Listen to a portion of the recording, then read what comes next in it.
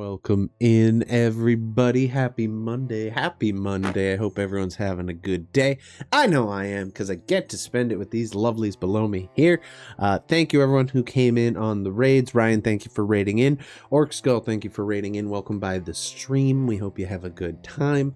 Welcome to the Homebrew Homestead, where we've created a little niche on the internet for ourselves and all of our crazy RPG adventures and D&D stuff. Been going for a little bit now. We kind of moved the campaign over from my other channel, so it's been pretty cool. It's been a pretty exciting little bit around here. I guess in terms of announcements, Ryan is going to be away. We don't know if he's leaving on Monday or the Monday after that, but sometime coming up, we are going to be skipping the main campaign and doing a very special, like 1, 2, or maybe even a 3-shot, depending on how much or how long it gets stretched out. Kind of heist adventure where we're going to be doing a bit of a prequel to the campaign we're currently playing to, paint a bit more of a picture of things that happened before our adventure began. For this week, I am going to be doing some streams probably tomorrow because Lord of the Rings War in the North decided to shadow drop a fucking legacy remaster version of the game. So I will be playing the ever-living piss out of that. Gonna try to speedrun it. We're gonna see what happens. I used to be able to beat that in a couple days, so we're gonna see if we can do it in one, but I don't know. We're gonna have to, we'll see on that. We're gonna feel it out as we go. But I'll be live tomorrow on this channel for a little bit. And yeah, keep an ear out or an eye out for that, and you can catch me playing some Lord of the Rings stuff. That's it for me, however. Let's go ahead and let everyone introduce themselves a little bit here, starting with Ryan. Ryan, what do you got to say, buddy? Babies, like Rusty said, gorgeous is I am moving. I'll be moving back to my hometown to be with family, and I'm thinking it's going to start in about a week's time, but God only knows. Till then, we're going to pack as much fun as we can until the internet's turned off. All right. We are going to miss you, first of all. We need to grab beers before you go. I'll be home this weekend. If you're around and want to hang out, we can hang before you leave. We'll make it happen. But we will be back. Ryan will be back. Don't fret. It's just going to be a little break-a-poo. Even if he has to join on his phone, we've done it before. We can do it again. We will make do. Is Stuart in cat jail now? Yeah, he was screaming. I don't know why he was screaming. He just ate. He just got dinner. There's food dinner in his bowl as we speak. But is there a little bit of food, a hole in the food, like everything is on the side? No, it's because he wants to fight Chowder. No, Chowder's in play mode. Chowder started playing with his ball, like as soon as and now Stuart has beef. No, Stuart wants to fight. They got beef. It's a thing. As soon as we started the stream, Stuart was like, or Chowder was like, I gotta play right now. It's been nothing but chaos ever since. Either way, JTB, say hello to the good folks in chat who are coming to raid in today. Hello, welcome in, Raiders. I'm JTB. I play Dusty, and sometimes I stream. I'm a level well, yeah. Work been crushing your boy. Flat out, work's had me in some shitty places as of late, and I just found out gonna be another shitty week. Oh no. Is what it is. So if I do go live again, it'll probably be on the weekend. If nothing else is happening. We did discuss doing... Gonna try to have some D&D this weekend with the boys. Hell yeah, brother. So long as more fire alarms don't go off. Are you dog sitting again this weekend? No. Okay, then we should be good. We should be good. That was a weird occurrence. So we have an off-stream D&D game. For those of you who don't know, JTB's running for us.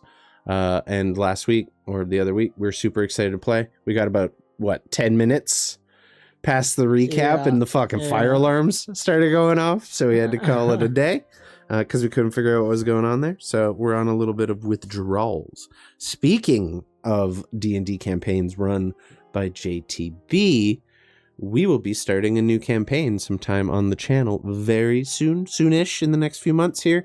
We're kind of prepping for it now, and we will be running a Curse of Strahd campaign with JTB in the DM seat for a change. I'm excited. I haven't got to play like a start to finish campaign ever. I've always been like a guest or came in halfway through and shit. So I'm really stoked for that. Keep an ear out DM. for announcements. We'll be announcing like who is going to be playing along with what characters they will be playing kind of as we go. So keep an ear out for that. Moving on. Kieran, what do you have to say for the people? I'm going to do shout outs for you guys while Kieran is talking to. Not very much to say from my end. On Mondays, you can see me for the foreseeing future on this channel, joining on as a guest. Tomorrow, I will be doing a Ready or Not stream again, like a couple of weeks ago with a couple of friends. Maybe some non-lethal crap. Maybe some mods will be there. We don't know yet. Please check in for that. It's gonna be fucking hilarious. And then other than that, I stream mostly shooter games. I have been playing the shit out of Tarkov lately, so yeah, that's kind of my go-to. Yeah, you've been a little like hooked on that one lately. I see you on there all the time. Yeah. Speaking of non-lethal, Ready or Not, we rode that struggle bus last week. It was an interesting time. I wouldn't say a fun time, but an interesting time nonetheless. I love that game. Yeah, I want to get in on that soon too. Hell yeah, brother. We're going to have to plan something. Definitely plan something. There's also new Helldivers content coming out that looks kind of interesting. So it is out already. It's out now? Hell yeah. We will have to play that at some Warhammer point. stuff, right? I think there's like, I have no idea what's going on, but it looked really cool from the trailer I saw. So we'll have to check that out. Now that there's a low storage install option that's only like 30 gigs, it's well worth it. And then there are new enemies. Pyramid heads, apparently. But I don't like that. I don't. Why'd I automatically think of Silent Hill? Yeah, too? I was just like, oh god. I don't like that. Damn, dude. Hey, buddy. Love you. Don't sleep under the chair legs or you're gonna get one over. Chris, final words to the people before we get started. Did you say siren heads? No, pyramid head. Ah. Okay, siren heads would be cool. You're making me think of that. No, I don't have Apparently anything they cool look to like say. pyramid head. I don't have anything cool to say. I just have a cat that's a douchebag. Fair. I just keep trying to sleep under my tires. Yep. Either way, with all that being said, go hunt and eat more bitches. I think it's time we got back into our campaign. A little recap from last week. When last we left off, the party, having completed the trial of the shifting seasons, JTB progressing to the next, phase of his ranger training with Violet, you guys decided it was time to begin the next phase of your adventure. And after spending a small amount of coin, you outfitted yourself with a pair of canoes, rowed your way down the coast of Rook's Bay and into the mouth of the Gulfy River, where you continue to row your way all the way to the very familiar, albeit seemingly abandoned, settlement of Laravos Lake Lumber Mill, where you had expected to find the usual bustling business picked up now more, with spring having arrived, more access to the woods being possible. You expected to find a bustling lumber operation. Instead, you found an empty town. Seemingly cleared out intentionally. It looks like people had moved, picked up their belongings, and left. Somewhat en masse. You wandered your way up to the estate, the mansion owned by the Brind family, the gentleman you had done business with when last you had arrived here with your companion Fight Carl in a little bit of a state of sickness, having caught, the blue rot, one of the many plagues that make themselves home on this godforsaken island. You expected to find it empty as well, and while it was empty, you did find a corpse left behind. Mostly picked clean by the rodents and whatever creatures had made their way out of the winter thaw to feast on whatever they could find. The decaying body of Garros Brind, the man you had done business with. You... Don't lay there, okay, whatever. Dusty, you recognize the handiwork of Oldar Goldstrand, a famed mercenary in service of the company. You have not seen his handiwork before, but you know his preferred way of dispatching individuals that the company deem obstacles or of no longer of use to them. Having made that discovery, you decided to spend the rest of the evening in the lumber mill. I believe you stayed at his home, if I'm not mistaken. Yes, okay. So you spent the night at the Garros estate after moving the body outside, I believe. And Dusty, if I remember correctly, decided he was going to take watch for the evening. And as he was doing so, you saw shambling through the woods, unfamiliar shape, followed by several very familiar shapes. This being of twisting vine and wood and thorn, leading this shambling group of seemingly reanimated individuals held together by equally twisted vines and thorns and twigs. And it seemed you had encountered the needle spawn and the one that created them for the first time since you were last in this region. And that is where I left off. So picking up there, Dusty, you find yourself remembering based on the map, which you'll see I've now updated to be our lovely spring map. Spring! There is a guard tower, so I would probably assume that's where you would have gone, not just on top of the house. Forgot about that last week. But you're kind of up in the tower when you see this. What are you doing? How are you responding to that? They are far off in the woods and don't seem to have taken notice of you at all. They're just shambling their way south towards the lake. Oh, so they're not coming to the manor? They're just meandering through. I think Dusty just kind of They would be watches way out to the west over that way. He's just watching, making sure they don't turn course. All right, they continue southwest along the western shore of Laravos Lake, just shambling along, taking no notice of you. They eventually pass out of your sight, but every now and again, as you're following the direction they had passed through, you see like a group of birds kind of fly out of a tree, having been disturbed by something below, and you kind of get an idea of where they're going, and they seem to just be heading southwest well past the lake. They seem to have passed on well beyond it.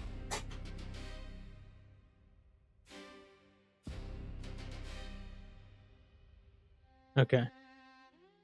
I think... What can I think of that was to the southwest of here? Roll me a... You have a map. You are the cartographer of the group, so I will say roll me... How good is your map, I guess, would be my question. I'd say it would be detailed enough for you to know. There is a series of lakes and waterways that kind of dot this whole region and kind of make it one of the more impassable regions. And further down, you have eventually the Brittle Shelf Highlands, which is kind of a hillish, rocky terrain, mostly impassable. They're heading in the direction we're going. Yes, more or less. They're kind of heading more towards like the lake at the bottom of Mount Voros.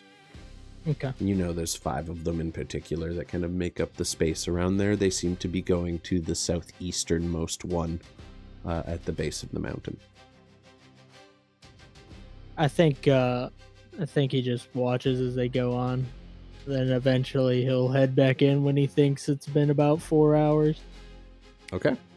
4 hours go by. Xechas will have woken up and finished your 4 hours of semi-lucid dreaming or whatever it is you want to call it. Full, just unmotioned, just eyes open. Completely disconcerting. Basically look like a dead guy. Yep. Fair. Yeah. So you find Xechas just waking up while Vite Carl and Father Gustav are still very much asleep by the fire you guys started in the fireplace here. I think Dusty just goes and sits like on the ground in front of Xechas, where Xechas is sat. And as he starts waking up, he just goes, "Oh, hello. All right, well, you remember our Fae problem? Oh yes. Needle Needle things. thing, whatever. Mm-hmm. Yeah, so they were kind of heading to the southwest. I saw them on the edge of forest as I was sitting in the watchtower. I saw what created them. Remember when I was telling you about how, like, usually they have a needle lord causes all of it? Oh yes. They were traveling that way with the needle lord, so we may run into them on our path. I mean, kill two birds, one stone, I suppose. We were wanting to take care of it, so.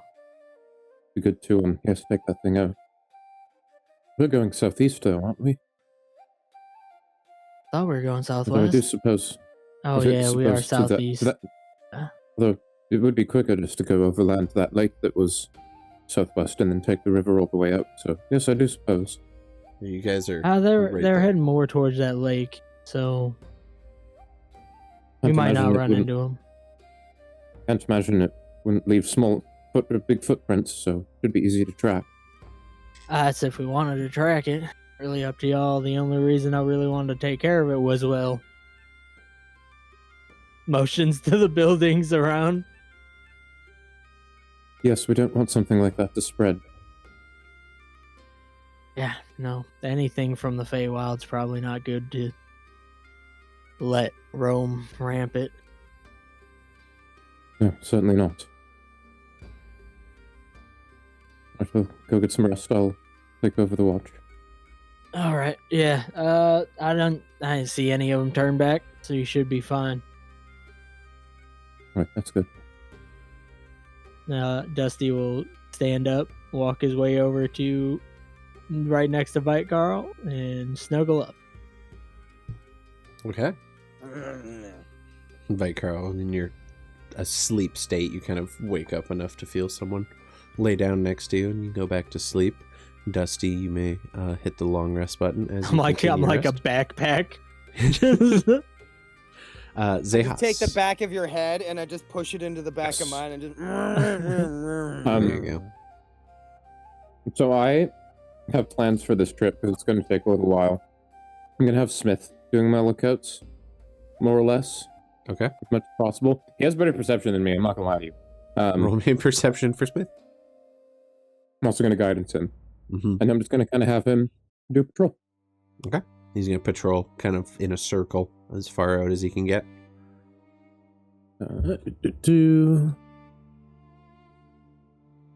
15, good.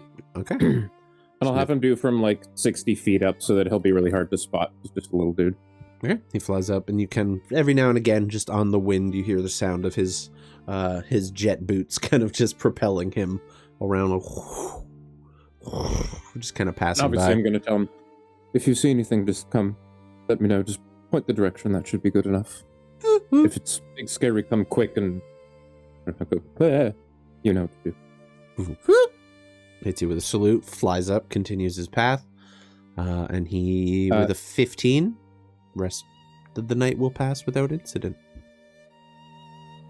And I am going to work on my goggles. Okay. And light a couple sconces and go down to the reception area where we found the dead guy. Mm-hmm. I'm going to use the desk there.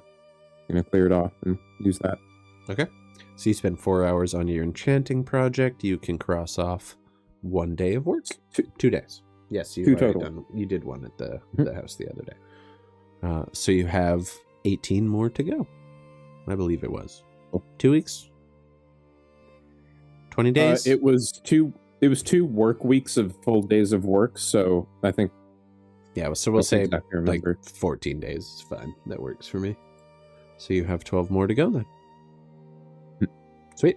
So you spend the evening just working away. Smith does not bother you. Every now and again, you see him fly low past the window, kind of check in on you and do a quick scan of the house just to make sure nothing in there is a potential threat, and then continue back up on his usual path.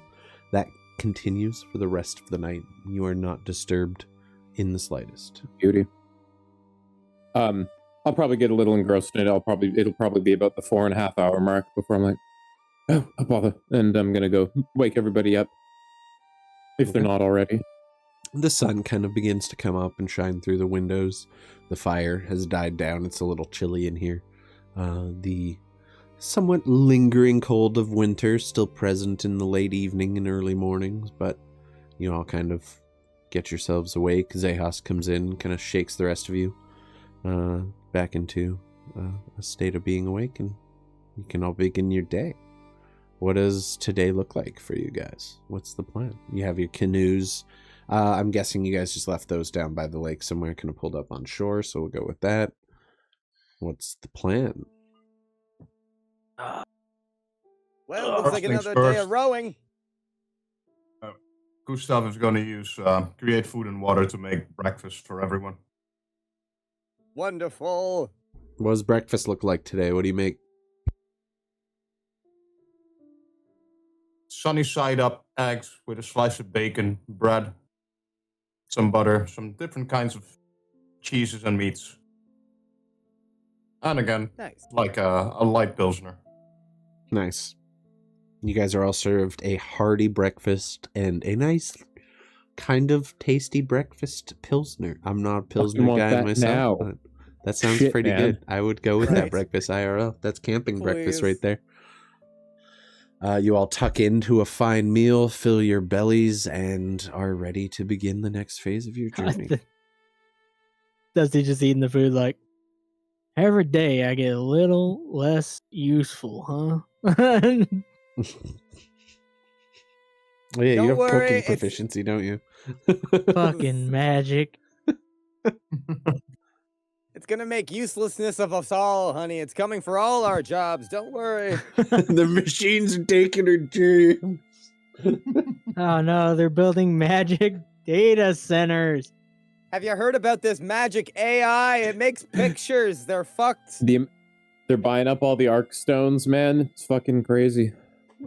Unbelievable. Made a picture of me with 6 fingers and 4 dicks. It was great. Oh my. That is impressive. It's not a proper use for arc stones. That extremely valuable, Better dangerous places magical to be artifacts. used. I went out to buy an arc stone. It was like 6 times the price. God damn it! These arc stone prices are getting real out of Belly. That was like a flashbang. He's so bright. He's He very is. bright. Such He's a- a very white kitty. Loudly bright. Pasty, just like his dad. All right. Well, I think this is the end of the line for this waterway. I think we have to overland a little bit today, don't we? Well, there's I the believe rest you of the might. river. Continues kind of south from here for a ways. All right, so a little bit of rowing, and then a little bit of I hear. finish the day with a little bit of portage. There you go.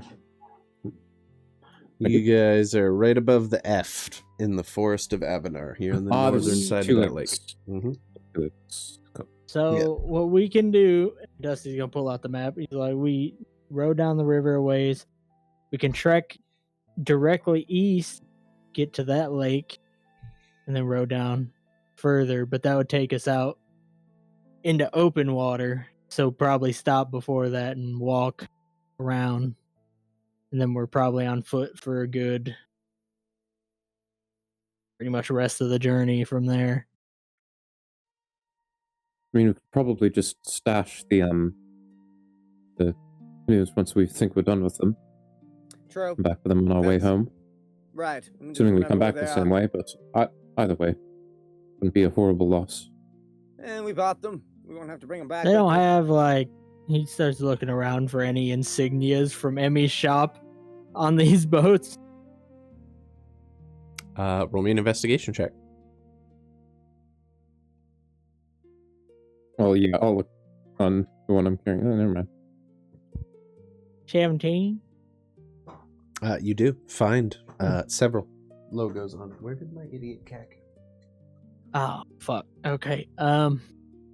We paid for these already. We can just start Leave it scraping the where we want. logo out with this Oh, yeah. claw. Exactly.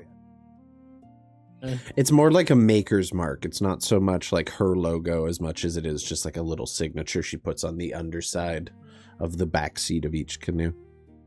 He just wants to make He's it mending. not recognizable. Can I use mending on that? Because You that's could. technically damage. You could, in theory, yes.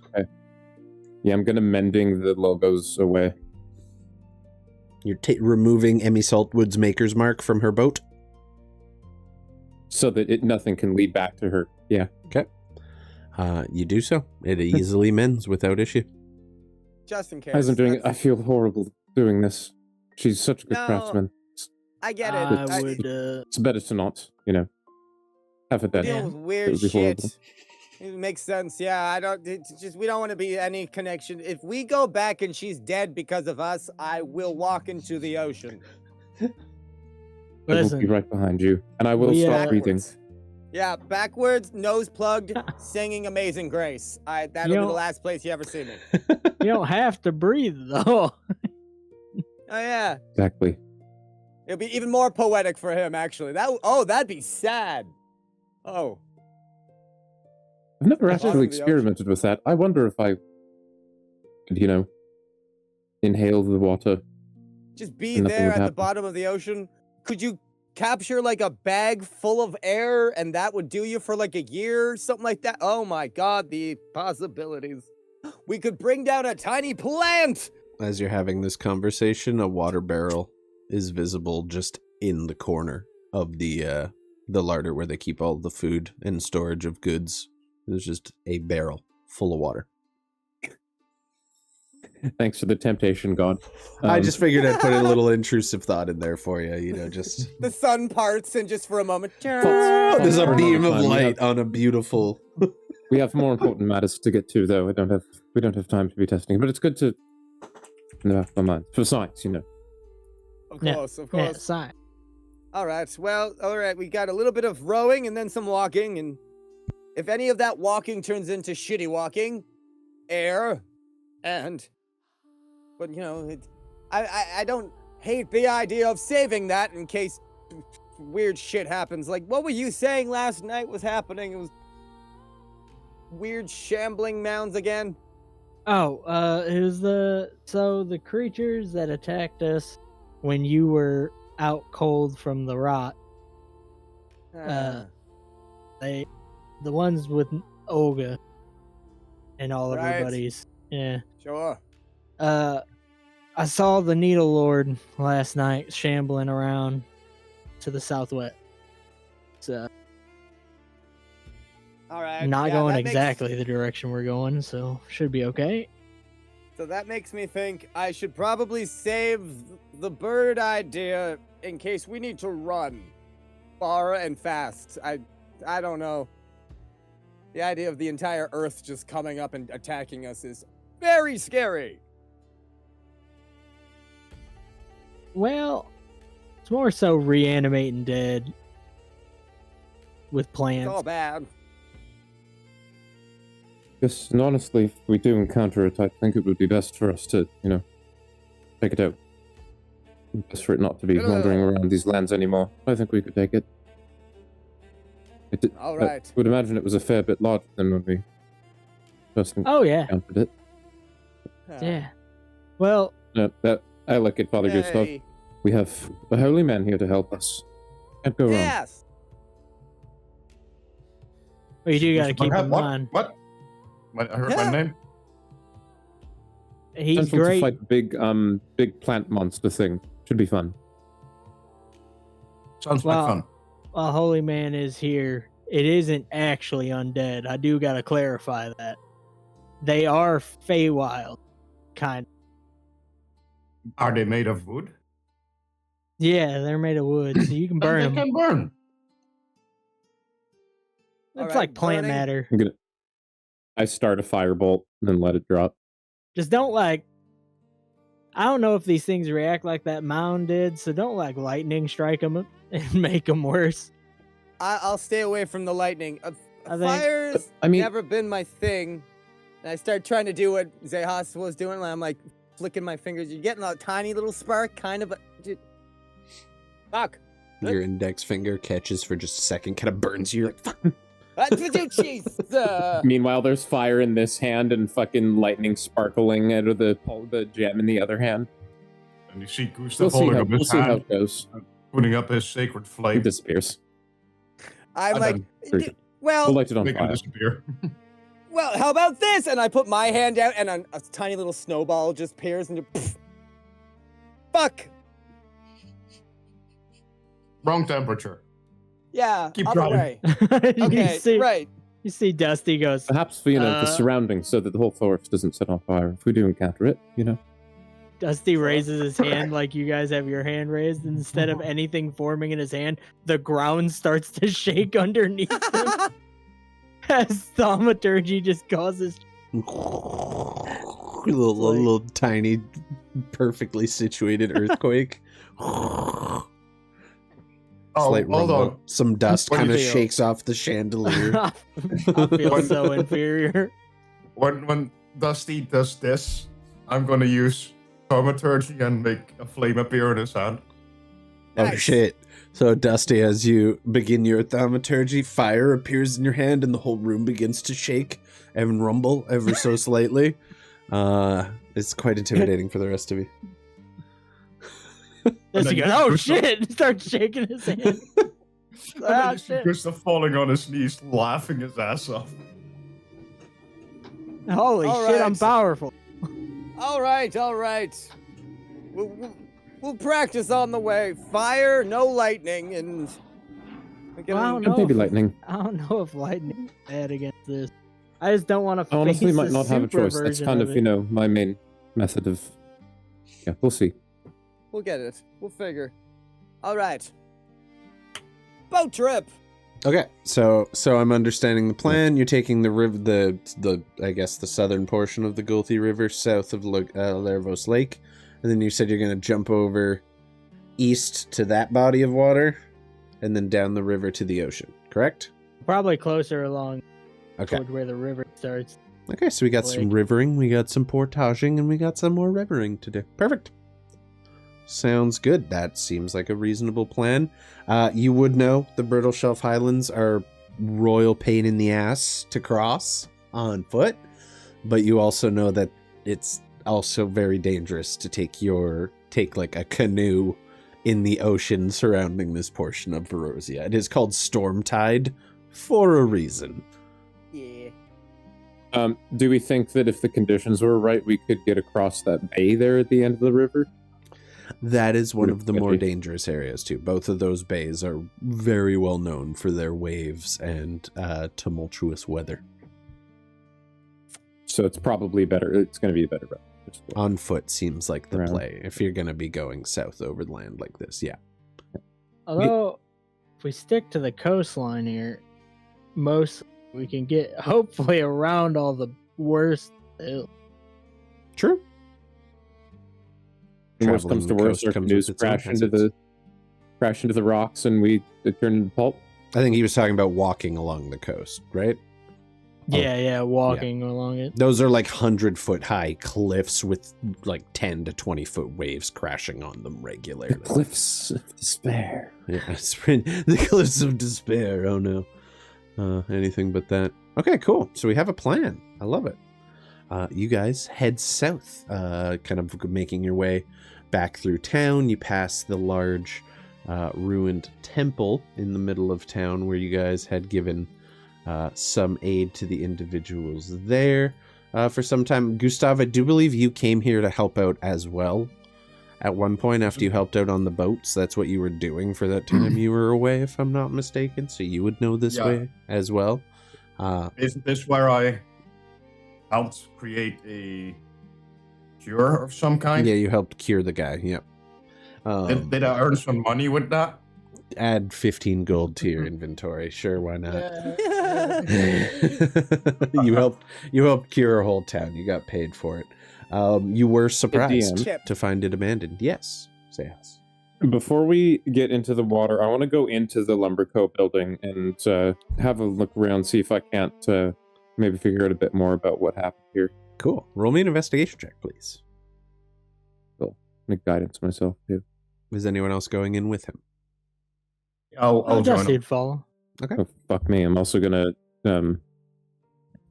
Flash Genius that. Okay. So 12, 6, 15. 15. Fuck it, I'll knowledge from a past life it too.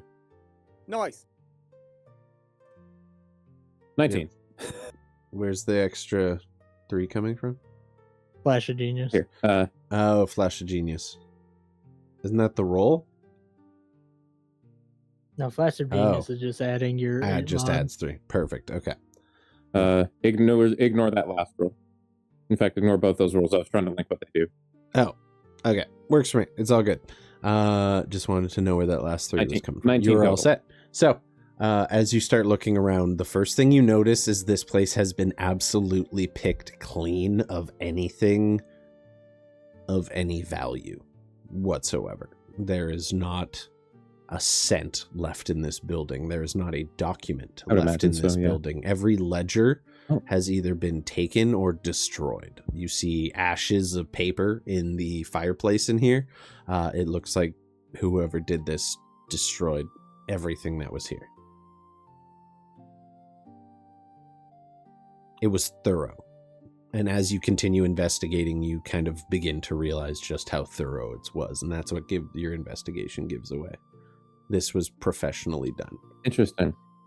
So kind of like they're liquidating the company rapidly type of deal. They killed the head of the lumber mill, and they seemingly have completely cleared the entire building out. They were thorough. Okay. Interesting.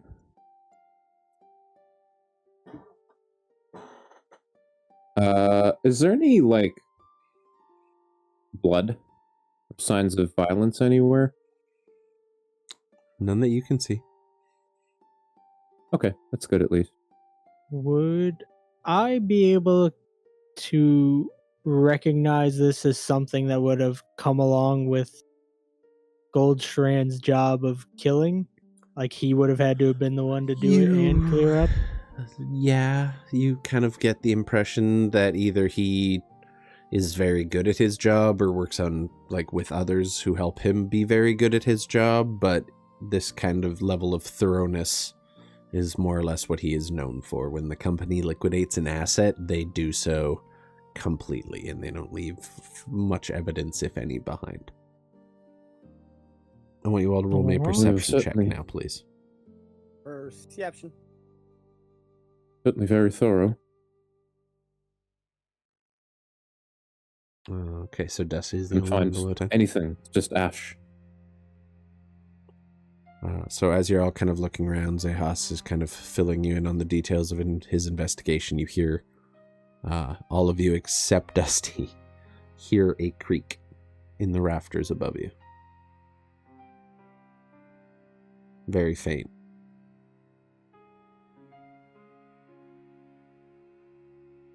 Somebody is upstairs.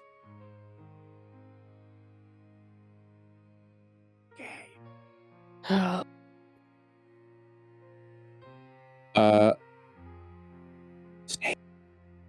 You guys are whispering and your mics are cutting you out for 90% of it. Stay here. You have to stage whisper. Stage whisper. I'm going to cast invisibility on myself. Okay. And I'm going to go see if I can figure out what in the diddly darn dink is going on up there. Why did you have to phrase it like that? Because it's Ned Flanders, bitch. I love it. Okay. Yeah. You all watch as Dang, Xechas dang just crap. there's a brief kind of pulse of light over the seams of arcane energy that kind of cover his entire coat and armor, and then he disappears from sight entirely. And you're gonna go look around. Roll me a stealth check at advantage, please. What is everyone else doing while all that's happening?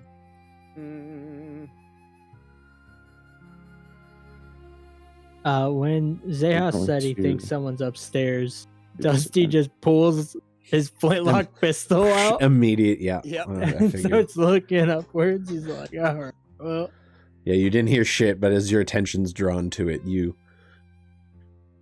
kind of just stare up and listen intently. 18. Not great. I'll take it. Okay. All right. Good for you. Dusty has pistol out. Vite Carl and Gustav, are you doing anything Xechas, you begin making your way towards the staircase in the back of the room. You all see footprints in the dust on the floor here, just making their way towards the stairs in the back. I'm going to sort of prime myself at the bottom of those stairs. Okay. We're priming. Looking up. Dusty wants to make his way outside Okay. and just kind of stare along the edge, like sit near the edge of the building. Mm-hmm. And he's just listening to hear if anyone makes their way out from a window or something up top. Roll me a perception check, please.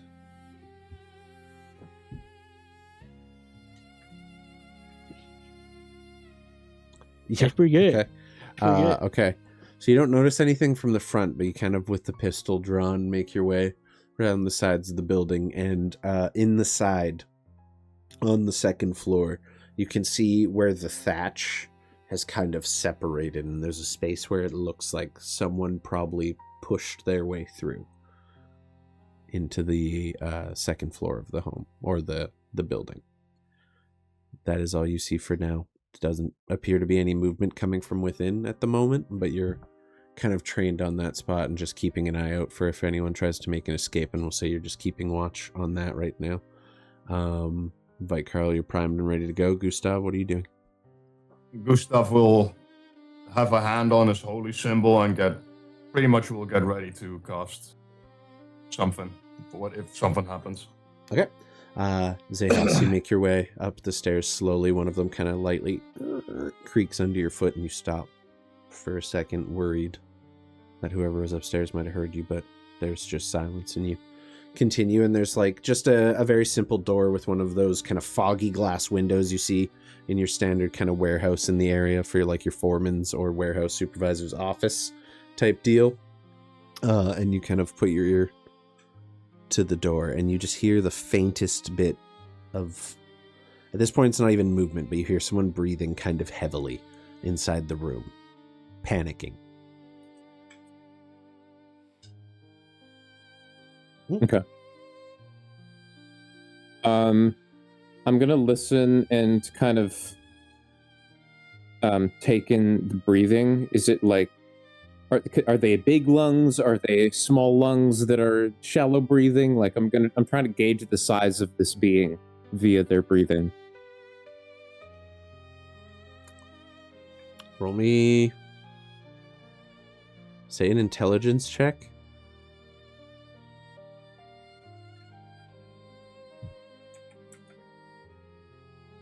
Muffled.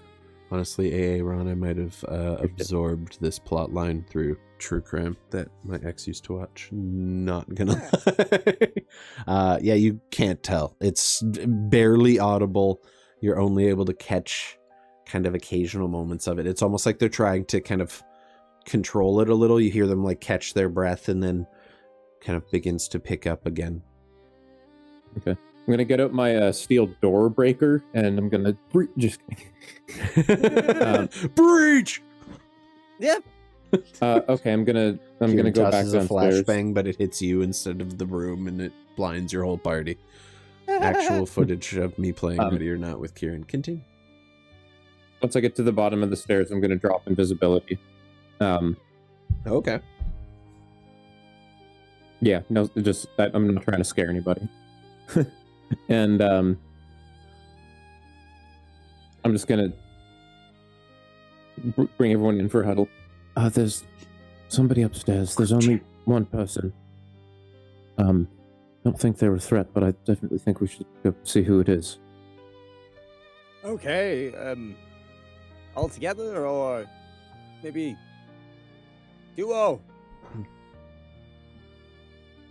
I feel at least maybe two of us at the bottom of the stairs, ready to run up in case anything happens.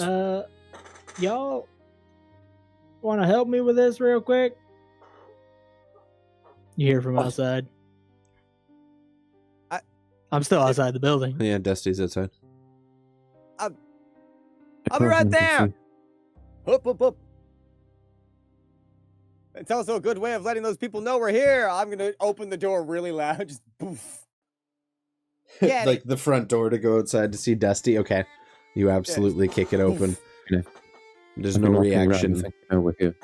You don't hear anything else upstairs, but you I'll be definitely outside. make them aware. You go outside and you find Dusty standing around the end of the building with his eyes kind of fixed on this spot at the thatching on the roof that appears to have been pushed apart by someone making their way inside. I was pretty sure I heard Xechas's voice, so I thought he'd come back. But I wasn't gonna leave this, so could you fill me in? Sounds like there's somebody upstairs, and it just sounds like the one. Maybe they just snuck in and they needed somewhere to stay, maybe. Okay. I have an idea. So if Okay. he wants to go back up the stairs, I'm gonna climb in that. It's gonna be real shocking when the gun's pointed at the back of their head, I think. Okay. All right. Okay. Tactics. All right. I look I'm gonna go inside and let them know the plan. at Zayas. Looks like we're going up the stairs again. I just come back in the door and I gather Gustav and, all right, you guys are gonna go upstairs, and then Dusty's gonna be outside with a gun. Sounds crazy when I say it out loud. It's gonna work. Break. Okay. So Dusty, you're gonna climb Go in. first. Yeah, I'm gonna cast Pass Without a Trace on myself Fair. before we go up. Yeah, easily done. Roll me a, I mean, you have a natural climbing speed, so roll me a very low DC acrobatics or athletics check, your choice. The wall is wet. It is mossy. That's a natural 20. With Doesn't your matter. pistol still Doesn't out, you matter. one hand and just your feet climb your way up the building, making your way to the split in the thatch there that you found.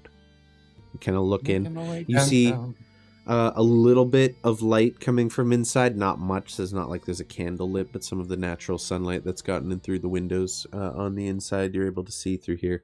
But without kind of pushing your way in further, you probably wouldn't be able to see much more than that. I need to fix my goddamn chair. It keeps sinking. I hate it. I hate it. What is Can- it sinking about? Huh.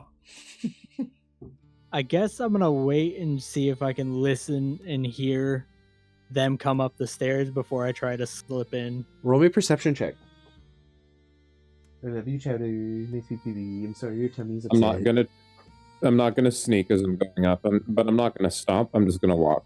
Okay. As you step up, the kind of hard Yeah. heel and sole of your boots kind of making your presence known on each step. You hit the same creaky one you did before and arrive at the landing on top.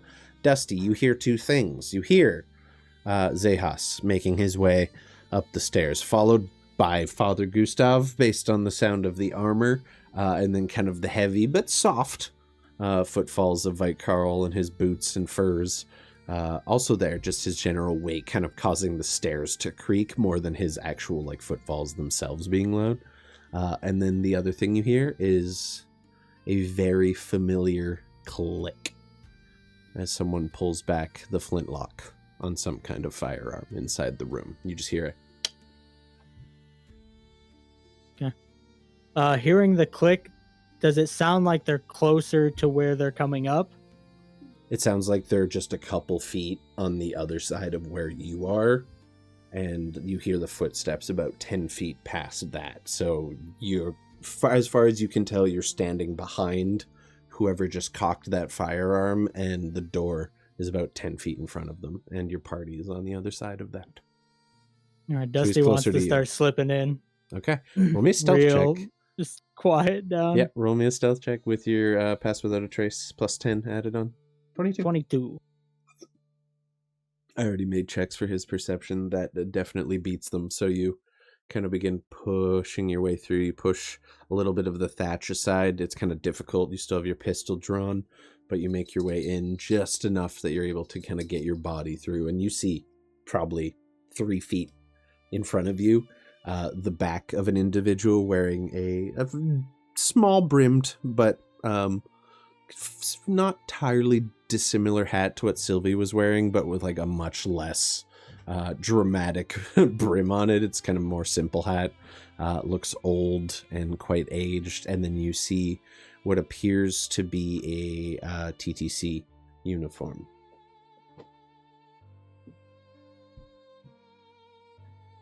When I get to the door, I'm just gonna kind of hold my shield up. I'm just gonna kind of. Okay. Hello, Mr. Troublemaker. You say hello? I know you're there. We don't want to hurt you. Don't mean trouble. None at all. Oh, I it's think trouble you're gonna get if you open that door. We brought Just go alcohol. away. That's great. Go away. as they're talking, Dusty's gonna point the flintlock at him, but not cock it back yet. Mm-hmm. He's just holding it up, ready to cock it back, so he hears the click when he does.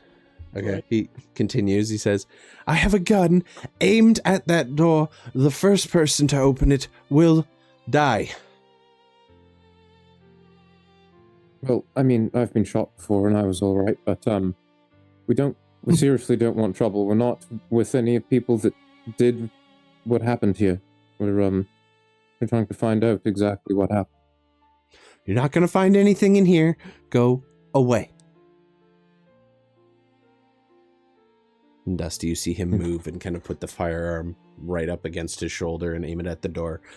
It is different from yours in that instead of the kind of long and thin barrel that you use, it is kind of flared like a trumpet or a horn at the end, and you see a blunderbuss pointed at a door about 10 feet away, and you are very familiar with how much damage those can do at close range.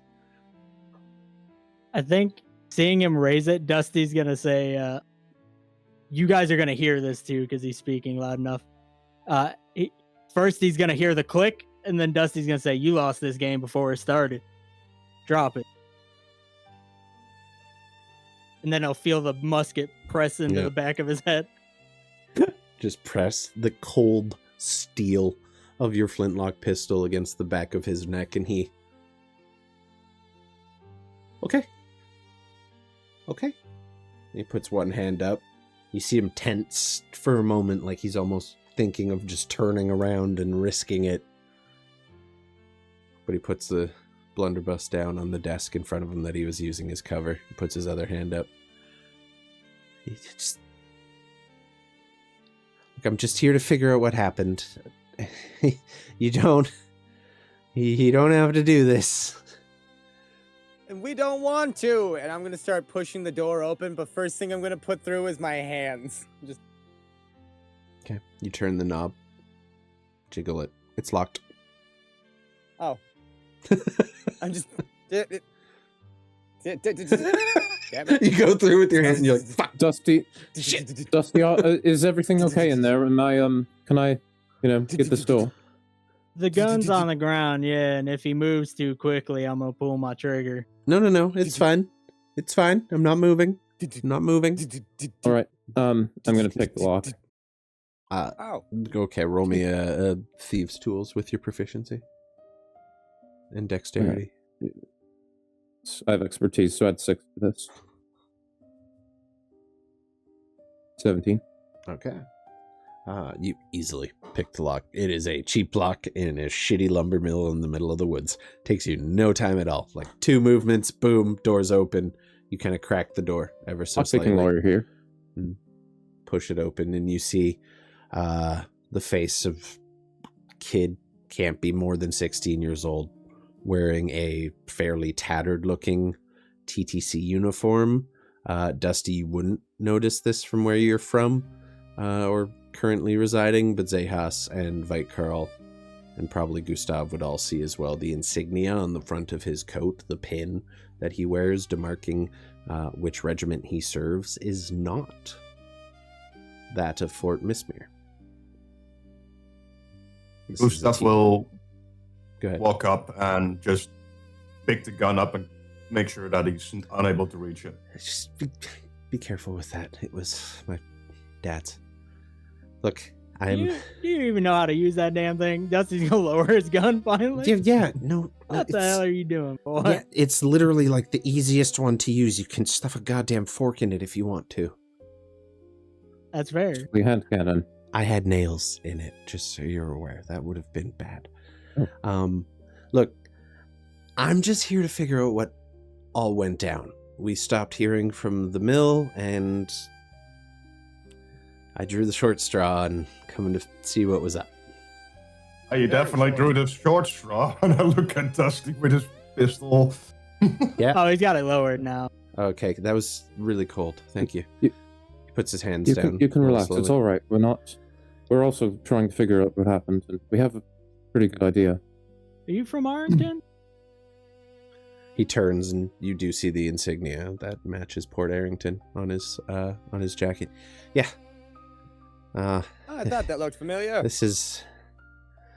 I joined, and honestly, I'm not a great shot, but I'm pretty quick, and I know the woods, so I drew scouting duty, and he looks at the blunderbuss.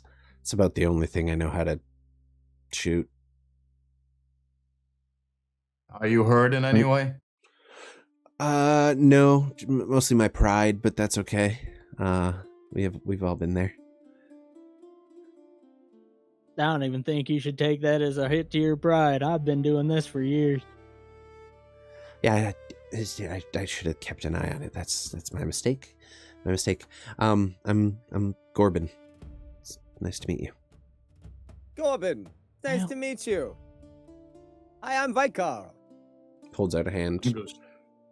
Shakes So each nice to meet you. Carl, your hand completely engulfs him. Like, this is a teenager. Like, this is a fresh recruit that they were like, okay, congratulations, you get to go off into the middle of a haunted forest and figure out what the fuck's going on. Like, he's pretty freaked out. He shakes each of your hand. He seems very polite and quite earnest about everything. Looking at him, you can see he's very lightly equipped. Like, very basic Sorry scouting. for the scare. We just there was quite the treachery that went on here. Yeah, you're Do telling you me. want to fill him in? I saw the body in the mansion already. I came here next. You guys must have got here not long after I did. Gustav will have put his backpack down, take out a ration, shake his hand, introduce himself, and give him a ration. In case you're hungry. Looks better than what the company gives me, that's for damn sure. And he takes a bite. Homemade. So what are you all doing out here? And how do you know these people? Well, cards on the table? He's gonna look to the others. It's up to you. I'm just traveling with you guys. Going to Stormtide to meet a friend. Decided to take the old overland route. That's bold choice. Most people like to take a luxury cruise or something down that way. We're poor. We're kind An order of business or portaging. two along the way. It's the way to do it. That's how I learned these woods, honestly, was paddling through the rivers with my dad. Well, as far as how we know these people, the deal Arrington had Mhm. working out with them, we were sent to disrupt that a while back by Mistmere. Oh, yeah, we heard about that. That was you guys. That was Yeah, us. we tried to help these people and we told them we'd do our best to help them personally. And well, apparently something must have happened between them and people of Mistmere again. Because, well, Mm. they don't send that man after just anybody. So you know who did this? Oh, that's good. Mhm. Who? Well, that would be Oldar Goldshran. He's a Pretty maker. sure you would not be a match for him.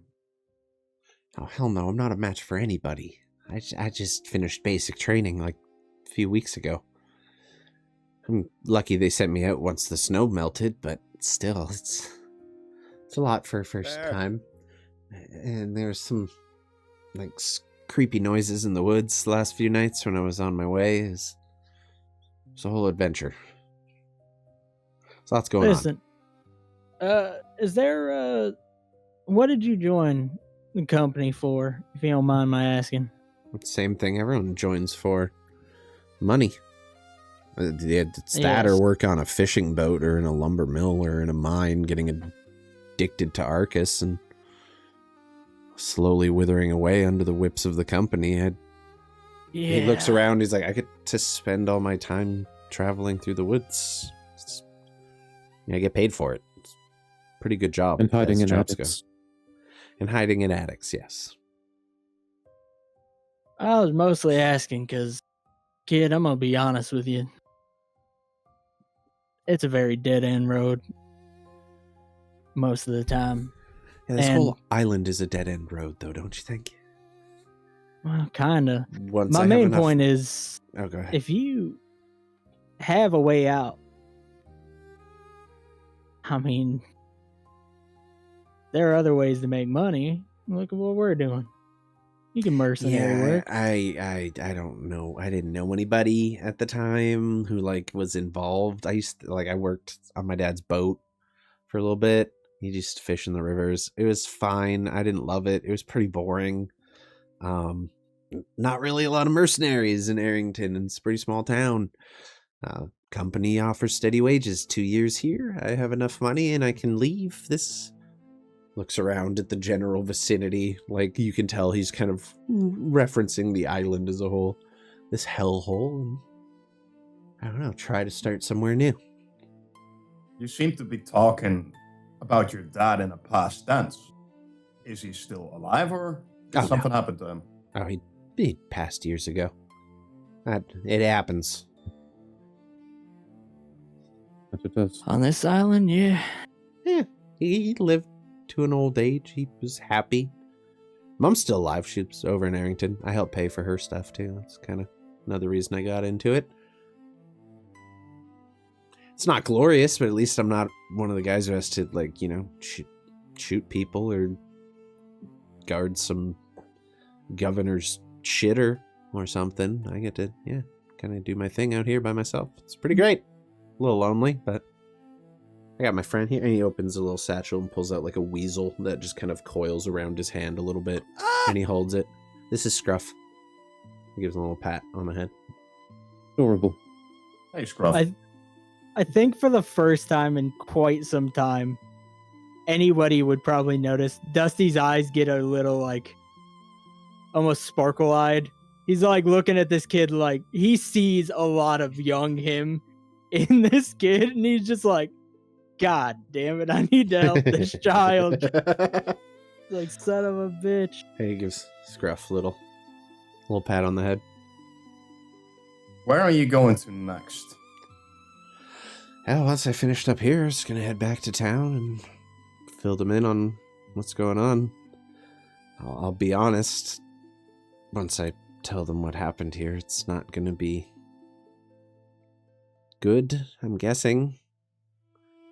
They had already invested a pretty decent amount of money in this venture, and until that deal fell through, they were primed to make even more, and now not only did they not get the deal, but everyone's dead. Or gone. There'll be consequences for that, I'm sure. Like Carl just bangs his hand on the side of the wall. Boom! I gotta pee! And he's gonna go outside. Fair. He's kind of surprised by the loud noise, kind of scared for a second. You see him reach for where his blunderbuss would normally be slung over at his side, and it's just not there. On the blunderbuss, you see a large leather strap. Yeah. There's a privy down the hall. To the bushes! Or the bushes. As soon as I'm outside, I'm going to start writing down on a little piece of paper. I'm just writing. Okay. You can either tell me what you're writing or message me privately if you prefer. Oh, I will. All right. I will. While you're out there doing that, the rest of you continue with conversation. It would be nice if you would be willing to, not say anything about meeting us here. Yeah, sure. Why not? Rusty, on the map, where is he heading to? Because you only have the small map open at the moment. So you guys are at the lake north of the Forest of Avenar, and he's going back to Port Arrington on the northeast coast. Okay. Yeah, so the problem is with us, because we interrupted that deal, I'm sure your superiors are probably not fond of our company. I mean, mercenaries are mercenaries, really. And, like, my understanding was he kind of stopped a lot of bloodshed in the process, so that might have been good. I don't know. Yeah, we had assassins already come after us, so... Oh. Right. Don't... So, I'll keep us out of the report. So I'm just going to go ahead and leave this whole conversation out. So you guys just based in Fort Mismere? Do you live in Fort Mismere? Because I gotta be honest with you, things could get a little messy there now. We're a bit out of it, but good to know. Yeah, it's not every How day safe that is it for you to go back? Will there be consequences for you for delivering the bad news? Oh, no. This delivering bad news is mostly my job, if I'm being honest. The town was wiped out here, a garrison was lost there, a scouting party was devoured by wolves there, so all in the day's work. Happens. We're based slightly out of Mismere. Okay. We do have friends located there. Okay, well, I would let those friends know to maybe have a contingency plan and a way to get out in a hurry or somewhere to go if they need to. Full disclosure, before I even left, they were preparing. I haven't seen that many ships in the harbor at Arrington in a long time, and once I deliver this news, those ships will probably set sail. And we all know where they're going. Good idea. So, if you have friends in Mismere, when you get back, make sure they have somewhere to go. When are you expected to be back? It's a couple weeks over pretty rough land. If it was a straight shot or there was a road or they gave me a horse, I'd be there pretty quick, but I'd say I'm hoofing it, but I'm not. I don't have a horse. I'm just legging it, I guess. So, it takes a bit. I also try to travel slow and sneaky-like. I try not to be seen too much. You guys catching me in here was... I'm gonna be honest, I slept in a little bit. I was planning to be gone by sunrise. You guys kind of caught me. All right. Your covering needs a little... like covering your tracks a bit. He points at the roof. Yeah, I'll work on that. Maybe work on that a little. Sure. Yeah. No. My car busts through the door. Hey, man! Oh yeah, I should probably look at what you wrote down. You three. I didn't. You Thank three. you for not, Haven't sent shooting you us. That's much appreciated. And this is, for your trouble of omitting us. And I'm gonna pull a coin out. It looks silver. Oh. He can look at it a little closer if he wants. Pulls it up, not looks silver. at it in the light. What is it? Platinum? Platinum, yeah. His eyes kind of go wide. Okay, year Well, and a he's half. looking at that. Year and a half in the service, and I'll have enough money to leave. Dusty, Xechas, Gustav, here. And I'm going to go huddle them over. Keep your head on your shoulders. Probably got to go. Up. Come here. Just look. wait here a second. And I'm just going to show them on it's not even paper really. It looks like it's like a piece of bark. And it's just really roughly hewn. It's the United Cogs and Claws first annual inaugural scholarship.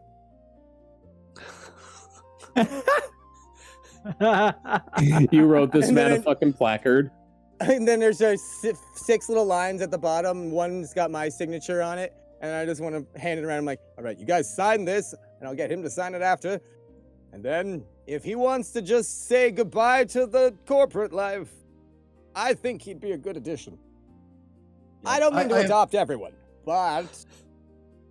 My question would be, would it be wise to bring him along? No! And just for the reason, so we have a little bit more time when he delivers the bad news, so we can get back in time to warn our friends. I was gonna write a letter, send it off That somehow. way, maybe Once we get to Stormtide, probably will be the fastest thing.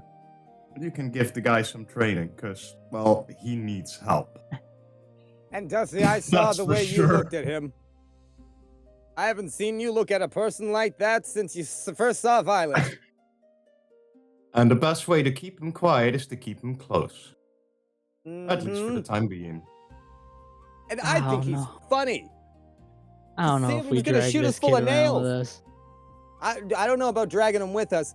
I think if we send him to Ashlyn and Olga, I think that they might have jobs for him that they would be a little more scouty. Olga's so big, Ashlyn's so pregnant. Well, he's got his family in Arrington still. He's got to get his mother. Which he probably could. We could bring them over.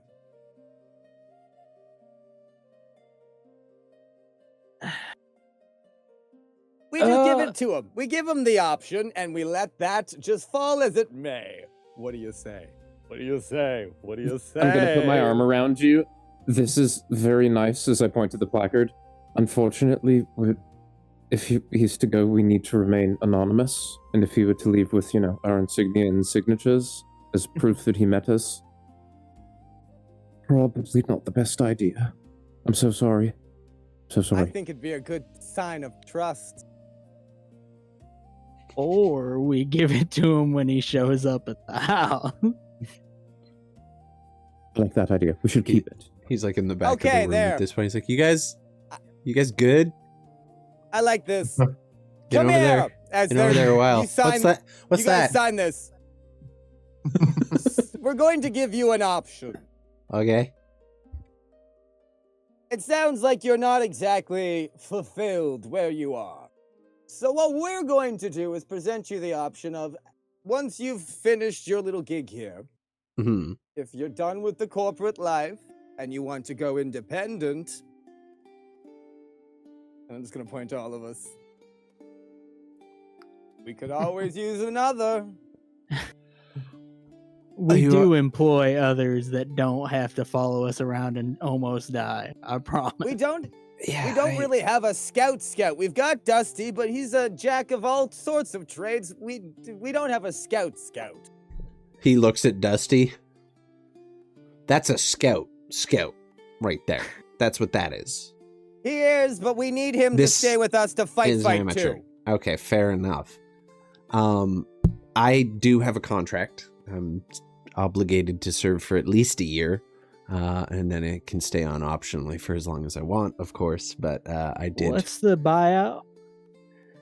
I don't know if there is one. I'm gonna be honest. I can't fucking read. I just That's perfect. right Ashlyn on the is teaching dotted Olga. right on the dotted line. They You could told me take how much lessons they'd with pay me. Ashlyn. I get 2 silver a week. It's not That's so already bad. a problem. Wait, you're just letting them tell you. Oh dear God! It's almighty. it's Oh, we need to get it's this fine, settled. but I have to do at least a year, or there's my mom will have to like pay a fine. My family, it's a whole thing. He looks at you. You served, didn't you? Or know someone who served? He's looking at Dusty. You strike me as Yeah, someone who either been yeah. in the company or close to it for most of your life. I didn't serve myself. My father served. Okay. So you understand kind of how those things go. You can't really just up and leave. Well, usually there's a buyout for some of these things. If there Not is, I don't know about it. If you're ever in Arrington and want to lend me your eyes for a bit, you can peruse the contract. It's at home in my desk, and you can tell me what the buyout is. But tell you what, for now, and he's still holding the fucking platinum in his hand. He flicks it, catches it, puts it in his pocket. Y'all basically just paid me, so if you'd like, I can deliver a message to your friends in Mistmere before I make my way back to Arrington. That'll give you some more time to do what you need to do and get back. And it will keep my people from finding out what they need to find out for just a little longer. I'm not going to lie. You guys didn't go very far away, and you were talking pretty loud. We do that. Yeah. It's kind of on Well, purpose, honestly, honestly. if you're willing to do that, we would appreciate it. Yeah, no, absolutely. You guys pay really well. If there's anything else you ever need, just reach out. I'm Also, more than probably happy to. when you go to Go ahead. when you go to Mistmere, probably don't any points to the insignia. Don't have that visible. Okay, good call. Probably a good idea. I'll ditch the uniform while I'm there. I'll just go casual.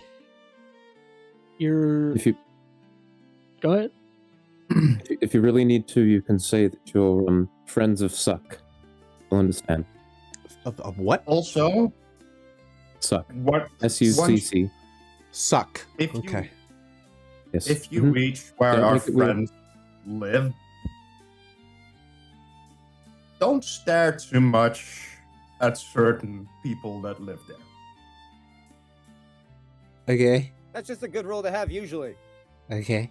Yes. We keep We have eclectic company. a Do you, bunch of special friends. do you guys Put just it nicely. collect like everyone you find along the road? I still want to know what that yeah. piece of wood you're holding is, by the way. You'll find out when you come see us next. That could be a while. That could be a Or it while. could be in a couple of months, who knows? I guess. Yeah. Maybe. Yeah. Maybe they'll have me go Here. scout out Fort Mistmere before they roll the armada up and attack it. Well, He says that way he's too gonna give 'em- casually, like to Dusty. You would know company on company violence and intertown squabbles are extremely common. They're often very violent, quick, and bloody. And then things kind of that's why when he says it, normalize. Dusty just doesn't Doesn't take note of it. register at He all, just yeah. bypasses it. Fair. Like, It's not a all right, Tuesday. well, here he's gonna give him directions to our house. Mhm.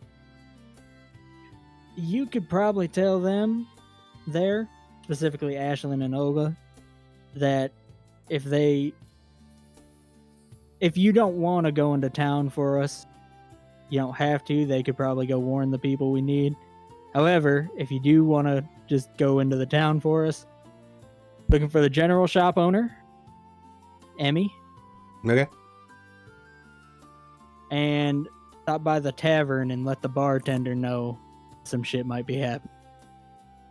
You'll sure. know us when you talk about us. Suck. Mm-hmm. That's right. Got it. Well, if I'm going to get there anytime soon, I should probably head out. Definitely overslept today, so whatever you guys are doing down that way, be safe. There's lots of weird stuff going on in those woods. We've been getting strange reports from all the scouts, not just me. Be safe. Yeah, You so too. go ahead. Dusty. I was gonna say to warn you, there are fey creatures in those woods. That's what they are. Is that what that spooky noise was?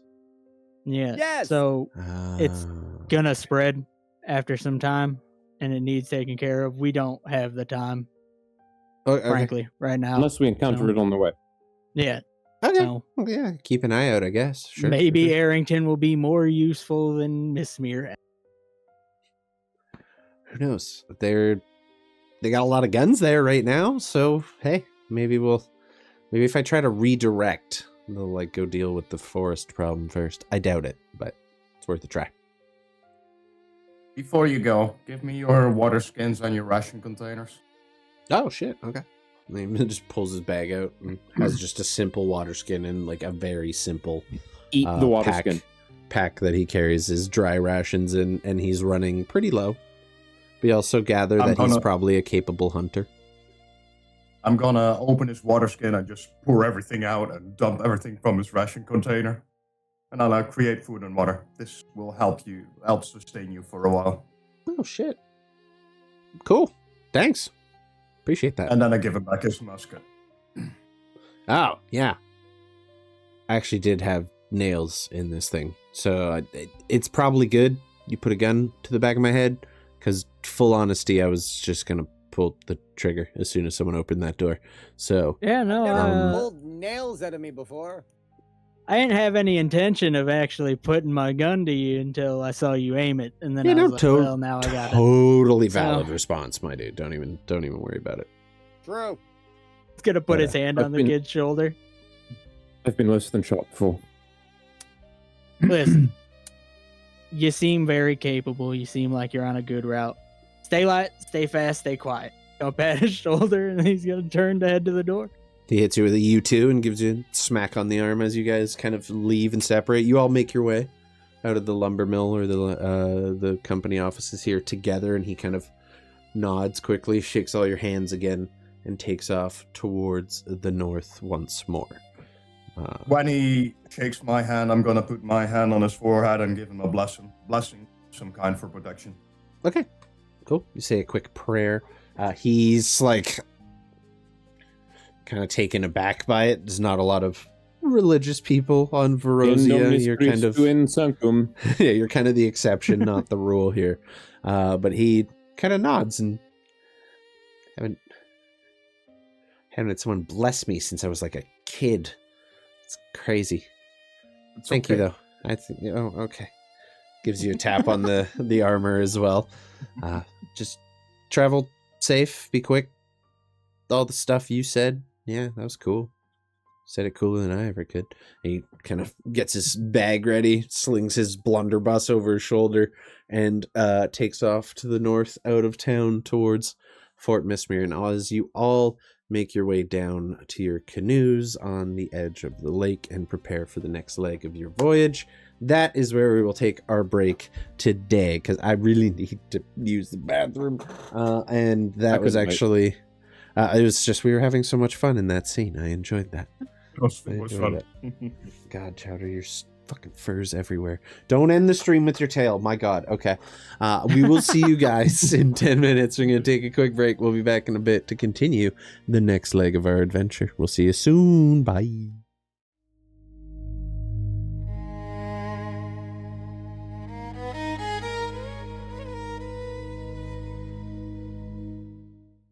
Welcome back, everybody. Hope you had a good break. We are ready to get back into the adventure here. Chowder, you need to chill. My God, with the tail. You sweet bubby, don't you attack me. You sleep on my desk and attack me. I'm being assaulted by Kitty. You are under the desk. What'll happen? Ow, you little shit. He's just sleeping on the desk and trying to nibble at me. And then he rolls over and he's like, pet my chin. And then he's going to bite me as soon as I pet his chin. Watch. See? He bit me. Don't even need to look at him. Anyway, so we pick up where we left off. You had seemingly just made yourselves a bit of a new friend. And he is on his way to Fort Mismere to inform your allies of some events that may be unfolding in the near future. The rest of you have made your way back to your canoes and are beginning to make your way across the expanse of Laravos Lake and onto the other portion of the Gulfy River beyond.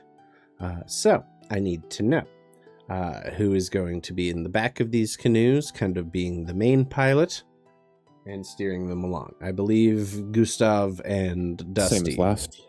are the ones with proficiency. So, Vicarl is obviously with Dusty. That's a given. You guys set out across the lake. The morning sun kind of still breaking through the early morning fog, beginning to kind of lightening things up. But at the moment, you're kind of faced with this beautiful contrast of dark blue water and solid gray mist kind of just rising up out of it as the sun continues to rise. I need vehicle checks from both of you. So go ahead and roll me water vehicle check, adding your proficiency and dexterity or strength. Your choice, with guidance from Xechas. Would that be just a dexterity then? Flat dexterity? Dexterity or strength with your proficiency because you read the book. And guidance from me too. Thank God. Thank God. Okay. It's a 13. Well done with a 13. Roll D4 as well. Here. Y'all are doing great. So with all of that, need it. Dusty, you're a little bit slower than Kieran. Kieran has a bit more muscle to put into it, or than Gustav. Gustav puts a little bit more muscle into it, kind of just paddling along. Gets a bit of a head start, but you manage to kind of keep pace, just a few feet behind with you and Vitekarl and Xechas, both of you paddling along on the opposite side to help maintain the course and the speed.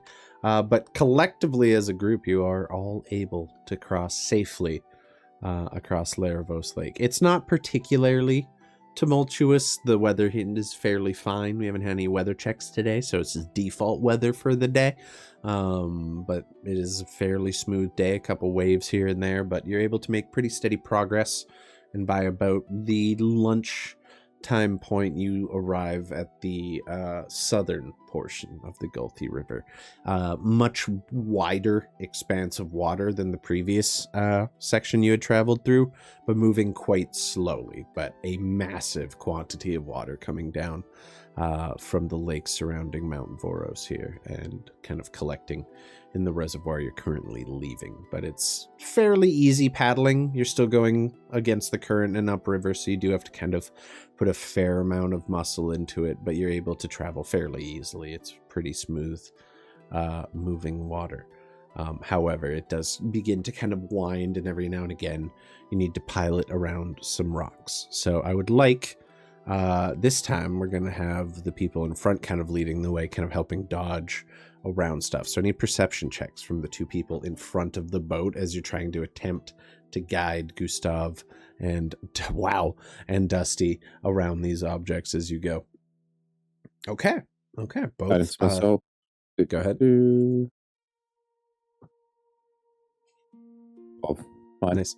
You're over a 10. You're above the bare minimum. You're able to kind of pick out any areas that would be an issue and kind of help guide the vessel around them. These well-made but mostly light canoes that you purchased from the shop in Fort Mismere, eventually getting to an area where another section of the river kind of splits off, and you gather this would have probably drained into Laravos Lake somewhere further along the coast than you had traveled. So you guys arrive at this fork right by the O right there.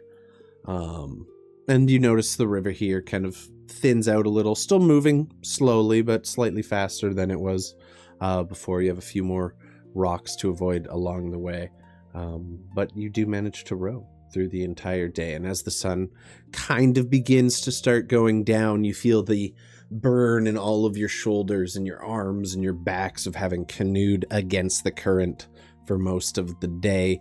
And you notice the water is beginning to get a little bit choppier. And you start to worry about the sun going down and trying to navigate the waters in the dark. You do have another hour or so of sunlight if you want to push on, but that is up to you. What would you like to do? How far along are we now? This is, you're under the O. Just at the fork? At the Okay. O. A little past it.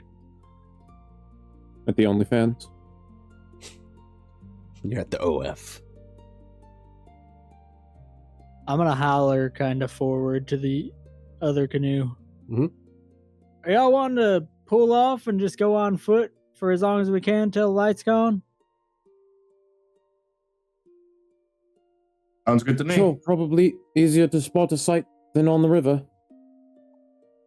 All right.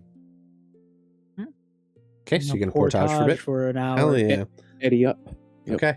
So y'all get out of the water, gather all your belongings, put your packs back on. Each of you grab your canoe together over your head, each pair, and begin trekking your way through the forest. I need a survival check from whoever is leading the party, and I need dexterity checks or dexterity saving throws from everybody in the party as you try to navigate over just rough undergrowth and completely untouched forest while carrying a canoe on your head. I assume Dusty's going to lead the way. That's up to you guys. Yeah. I'll lead. Maybe. First, is this a forest? Yes. Second, does my ranger ability that makes it to where difficult terrain doesn't impede us give them but anything? the canoe would give you disadvantage entirely, Okay. so it's just a straight roll, we'll say. So there's no disadvantage, but straight roll. Love you, Oh, Chowder, two my sweet tens. baby boy. Two You gonna grab a tens. Twinkie? I should probably feed Did somebody need to roll acrobatics or athletics? Hmm? Or just dex? Did you say just dex? Dexterity saving throw. Awesome. As you're trying not to trip and fall with a canoe on your head. Gustav is struggling. Vicarl doing okay. All flash of genius, Gustav. Okay, so he gets up to a 10. All right. Dusty, you as well with the dexterity save too, please. He's but with the also 10 carrying my canoe. I'd like for him not to drop us. Okay, very well done. Preferably.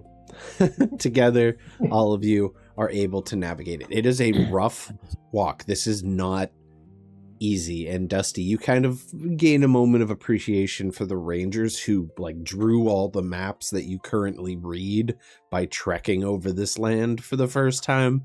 And you feel very close to those people at this point as you just slog your way through the undergrowth, but you're all managed to keep your feet. You do not fall with a canoe on top of you. However, with a 10 survival, it is tough for you to find a trail. You kind of struggle with it as you're going along. You try to pick the best path possible, but you wander for about an hour and a half, and you are just in dense undergrowth without much sign of a clearing anywhere in sight. And you probably have about a half hour more of travel before you start risking exhaustion. All right, I think we just camp. Camping here. Oh, yeah. Oh, we're gonna search around for a little bit, find a good spot. Okay. All right. I'm just gonna look for an area that's kind of clearish. Okay. Survival check for that as well. Who's down here? Guidance you. Someone can help. Someone else can look as well. It's up to you guys. Wow. 21. Damn. Wow. Don't worry, God. 21 and a 25 from Gustav. Dusty, as you're kind of starting to look, you put the canoes down for a bit so you can kind of spread out around for a little bit of distance while you're all searching for a spot. Dusty, you see a clearing that you think would be pretty decent. It looks a little soggy, like maybe the snow's only recently melted and it's still quite muddy. But you think it would be good enough to pitch up your tents for the night, or your yurt, whatever you decide to sleep under. And as you're making your way back to the party, you run into Gustav. Gustav, you reconnect with Dusty, having just found what you would consider one of the perfect camping sites of all time. There is a beautiful pond of mostly pristine water that seems to be flowing. It's not stagnant, which is a good thing for you guys. And there even appears evidence that other travelers, other people who have just roughed it across this terrain, have camped there at one point or another over the years. When Dusty gets back, he will see that Learmon's tiny hut is already up. Oh, I was just about to come and find you. Dusty, as you're wandering back, you walk into the clearing I just described with Father Gustav already having set up. You know what? I'm gonna take a back seat from now on. You lead this. This is all you now, big man. Oh no. I pat Dusty on the shoulder. It's all right. They're taking all our jobs. It's fine. The magic's gonna take it all. To be fair, this is quite idyllic. It is pristine. A little summer home here, you know? It is nice. Sorry, Dusty. I feel like I'm gonna go. the amount of travelers that would be in your front lawn would be a not ideal situation for a summer home. You could put a sign up. I'm gonna go look in the pond. Are there any fish in the pond? You go ahead and roll me an investigation check or perception check, we'll say. Or you see some shimmering underneath. Might be a fish. You could try. He puts his lightning glove in and activates it. Oh, if I only had the horn of blasting still. As you kind of like gonna turn back. investigate the water, you look back to the party and kind of shrug. And as you do so, from out of the reeds and moss and gunk behind you, you hear the sound of something rushing out of the water, and you will be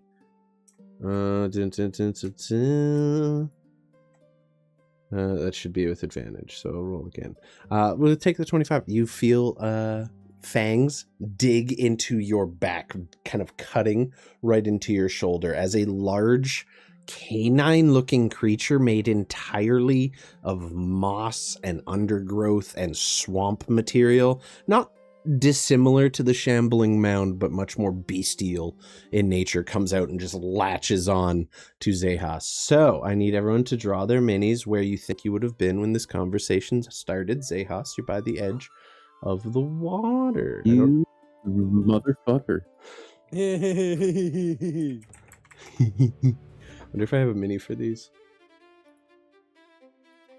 This might be a tough one. Okay, we do not. I'm just going to use a dog because that's easier than spending all the time finding a mini for it. Unless I made one already. Was I responsible? Gustav and I just rolled a 420. Nice! Sick, dude. Nice. Love that. All right, we're just going to find dogs or wolf for this. Let's use a wolf. And I will switch Cheers. to the battle playlist. Use a cat. If you guys had stayed on the river, there Deadly would have house been cat. other encounters. There's no way you were avoiding an encounter today. This is your decisions just kind of chose what it would be. As soon as I saw a map for our campsite, I was like, yeah, I'm about to get attacked. The camp Valid. attack. Okay, so where is Xechas? I think it's a trap. What's our The next white- move, sir? The white Spring bits trap. on the ground is leftover snow that hasn't completely melted just Oh. yet. I was zoomed in way too much. Sorry. No, you're good. You're good. That is the pond. So what attacked you is basically what looks like that. It's reeds. It has lily pads hanging off of it. It is just some weird kind of swamp wolf type creature, and it was completely invisible until it ambushed you. So I need to roll for that one. I take 6 or 8 points of damage, by the way. Yes, the first one, because that was the roll we went with. Oof, owie, ouch, my bones. Okay, so a 16 for his initiative, starting from the top. Gustav with a 20. You see this creature come out of the undergrowth and this kind of not quite swampy pool of water, but this kind of very natural spring pond type area and attack Xechas. What are you doing? Xechas screams. Xechas like a little screams girl. like a little girl. Of course. I forgot to fill my vault. Yeah, I don't have that.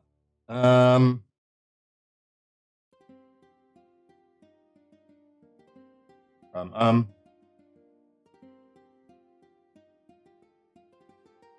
work. Swabs mentioned. I'm gonna just move ahead and try and attack it with my mace. Okay. How far up do you get?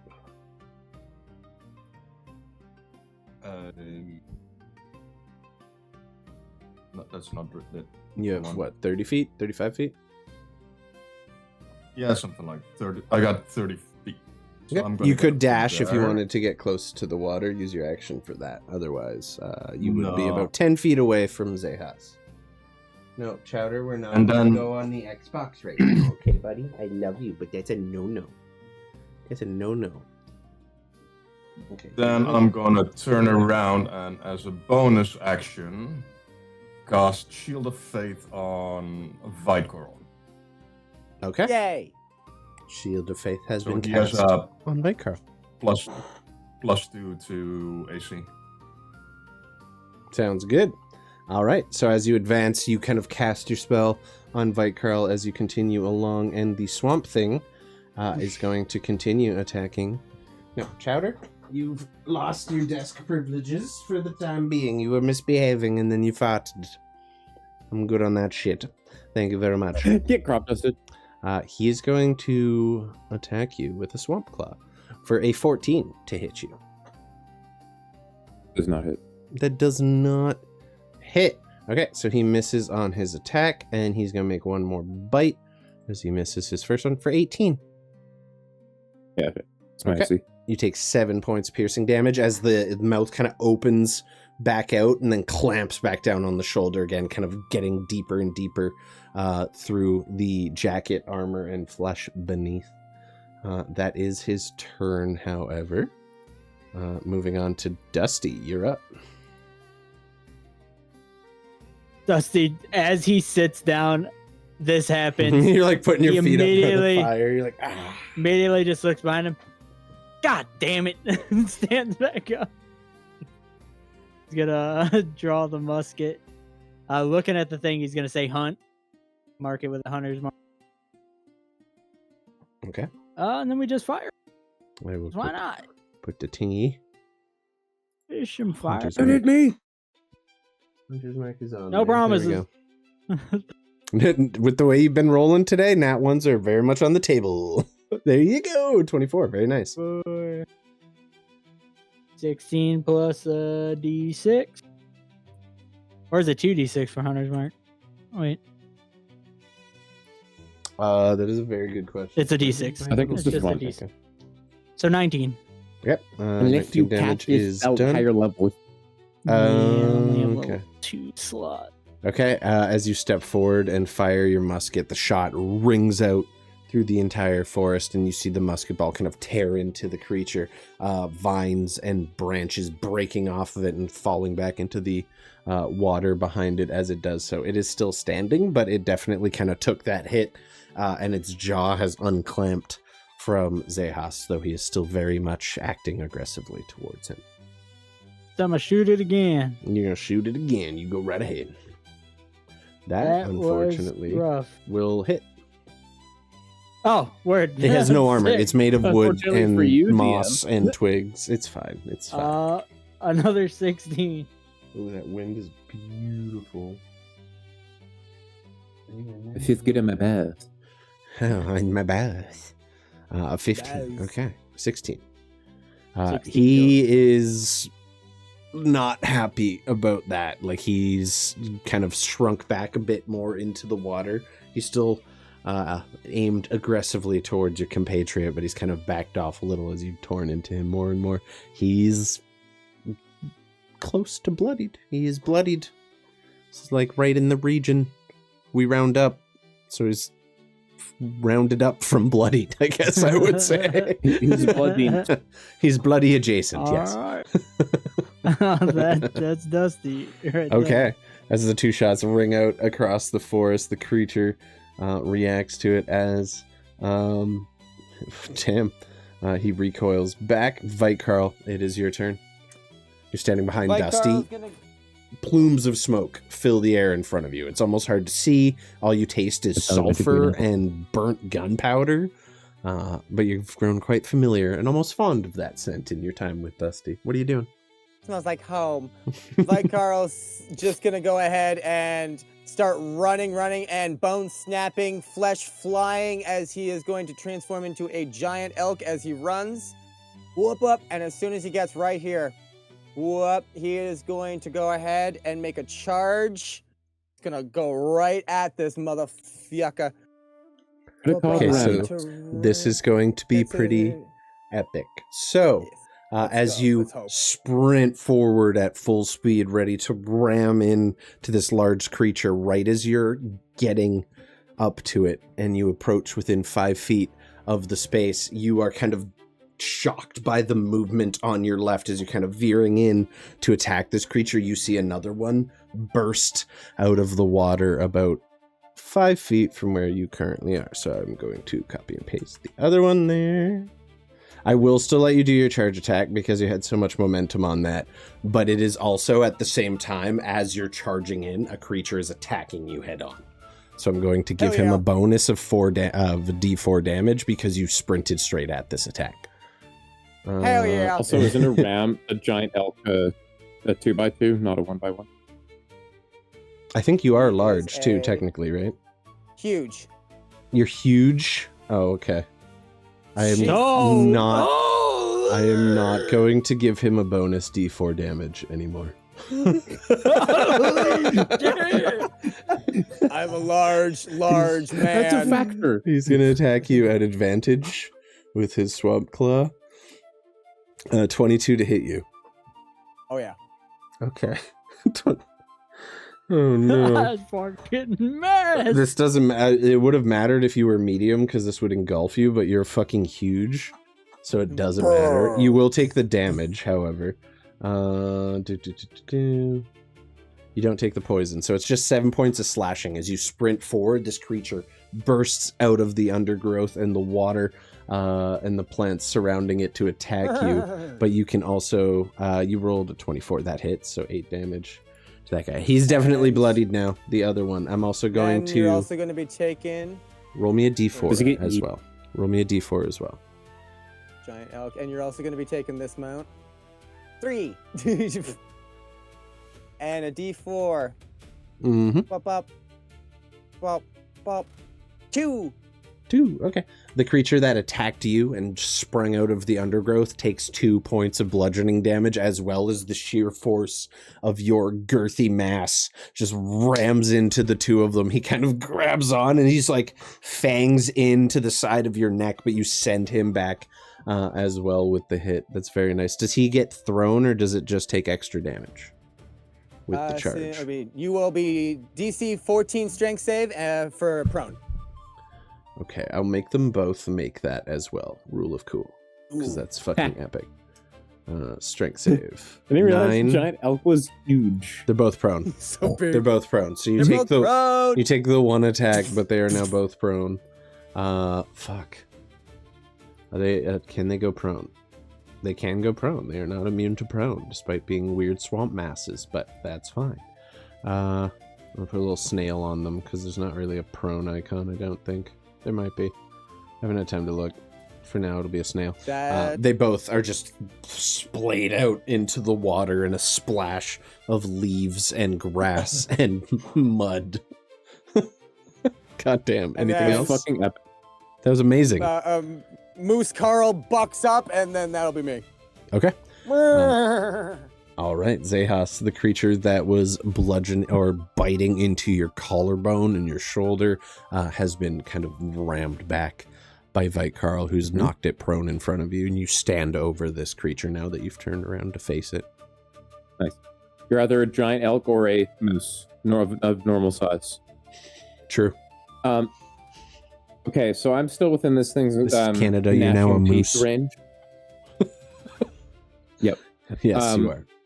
So for my bonus action, I'm going to telekinetically shove this bitch. So I need a DC 14 strength save from him. Fail. He They have a goes plus 5 5, feet and I'm still away failing. from me. Okay, he will go. Ispedunki. Okay, good. I'm going to go immediately 35 feet in the opposite direction. Valid. Very fair, my dude. Very fair. And then I'm going to turn around and I'm going to pull out the wand of magic missiles and hit this guy with a 3rd level The one that magic attacked you? missile. Yeah. Okay, go ahead. Happens. Okay, so that's one of the darts. Nice. So I need to roll 4 more.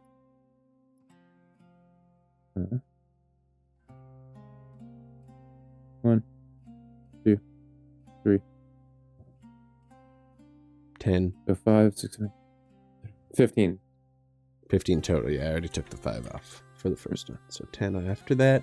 Okay, it is looking rough. Like pieces of it are hanging off. It's kind of like leaning over. One of its legs is completely broken and it's kind of just slumped half over into the swamp. And then Smith is going to pop out of the bag of holding. Okay. And he's going to fly up and do some blastings. He's going to do some blastings. Go ahead and do some blastings. Mm-hmm. Why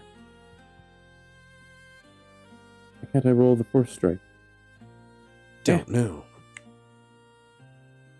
Okay, well, just roll a roll 20 d20 and add the modifiers and let us know.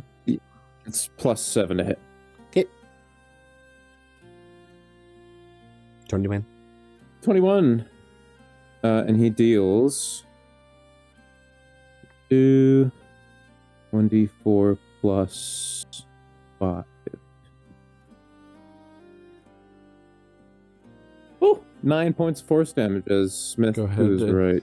Describe what it looks like as Smith destroys the first of these creatures. You all see the new and improved Smith fly out of the bag of holding at Xechas's behest and fly into the sky and just aim at this creature. Go ahead and describe your kill. Get him, Smith.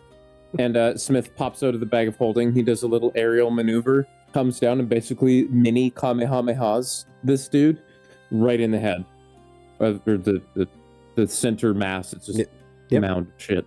Okay. And just turns it back into plant matter with a force blast. The beam just cuts straight through it. In a line, you watch it just crumble into nothing and rejoin with the elements and the plants around the pond there. That is one of them. Yeah. Put X on him. Good one, Smith. And then, so he only moved 10 feet. I'm going to have him go like another 10 feet this way and then 10 feet up. Okay. Sweet. Okay, I'm going to put, is there like a little wing? Swing! There is wing. He has a wing, he flying now. Okay, that's your turn. Father Gustav, you watch all of those events unfold. You've seen 2 of these creatures now burst completely unannounced out of this water. What are you doing?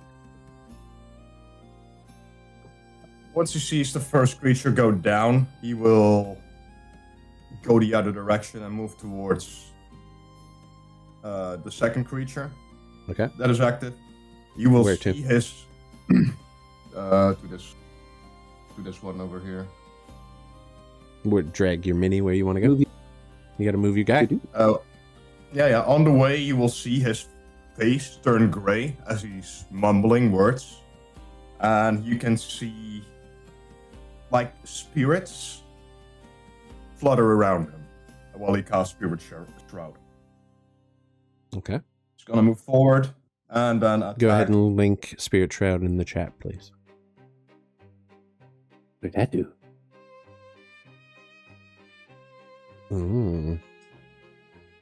Very cool.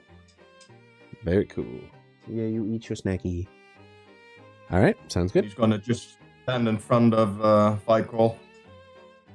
Then he's gonna turn around and, as a bonus action, cast. Oh no, I can't. I used the spell already. Never mind. Okay. And that was the bonus action, though. Fair. As you. Yeah. Then I'm gonna use the cantrip, Green Flame Blade, and attack the creature. Okay, sure. Go for it. As you step into the water, however, I will let you roll your attack. But first, you will also suffer a sneak attack.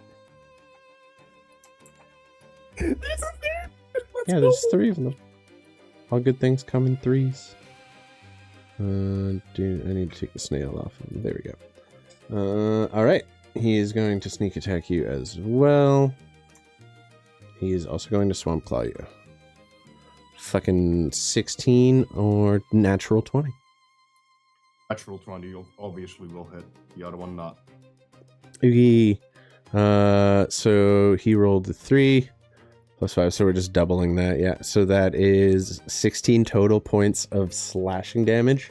And before you make your attack, I need you to make a strength saving throw, please. Okay.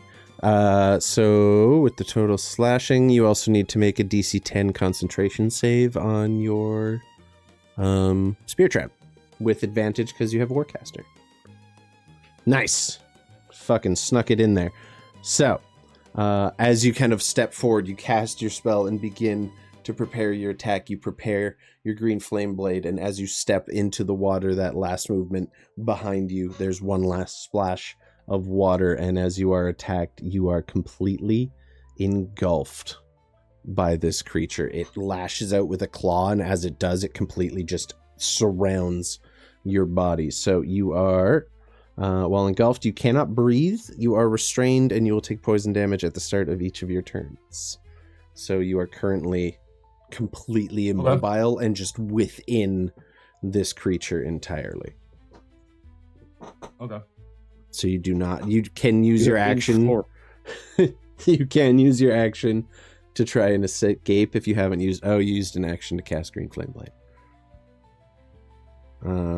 So I would say,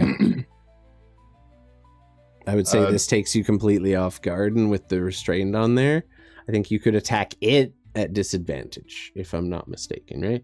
Yes. So you're currently inside this creature. You don't really have any other options to attack. So you can attack this creature with disadvantage if you'd like. 16 will hit.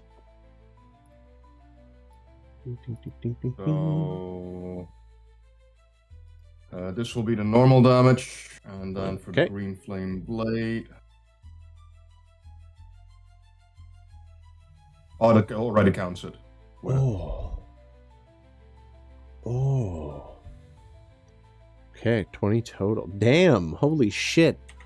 As you're inside, you try to lash out with the blade as much as you can. It's not even so much of an attack as much as it is you just grabbing, flaring that green flame up as much as possible and just dragging it as much as you can manage to move inside, burning it on the inside. You are still currently stuck inside it. I did lose the concentration on Spirit Shroud, or did I save it? You saved. You needed to beat a 10, and you hit a 10 and a 12. So even at disadvantage, you would have been fine.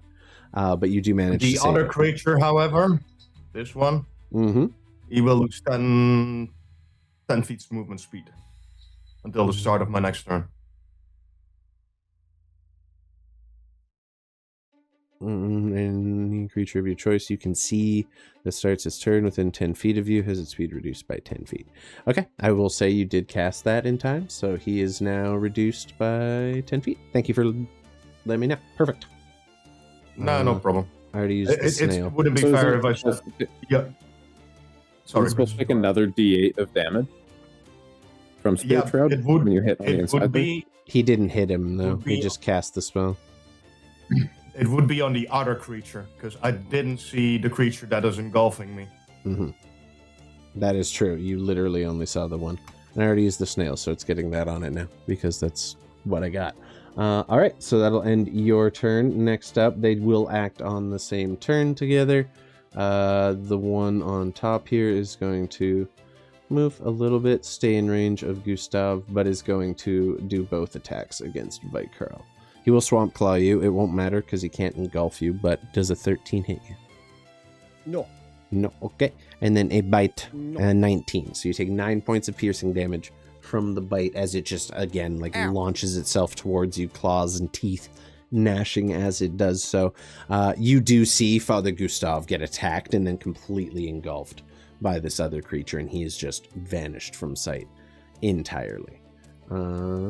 That will be it for that Groff. The one that has Kieran inside of it. You're just up in there.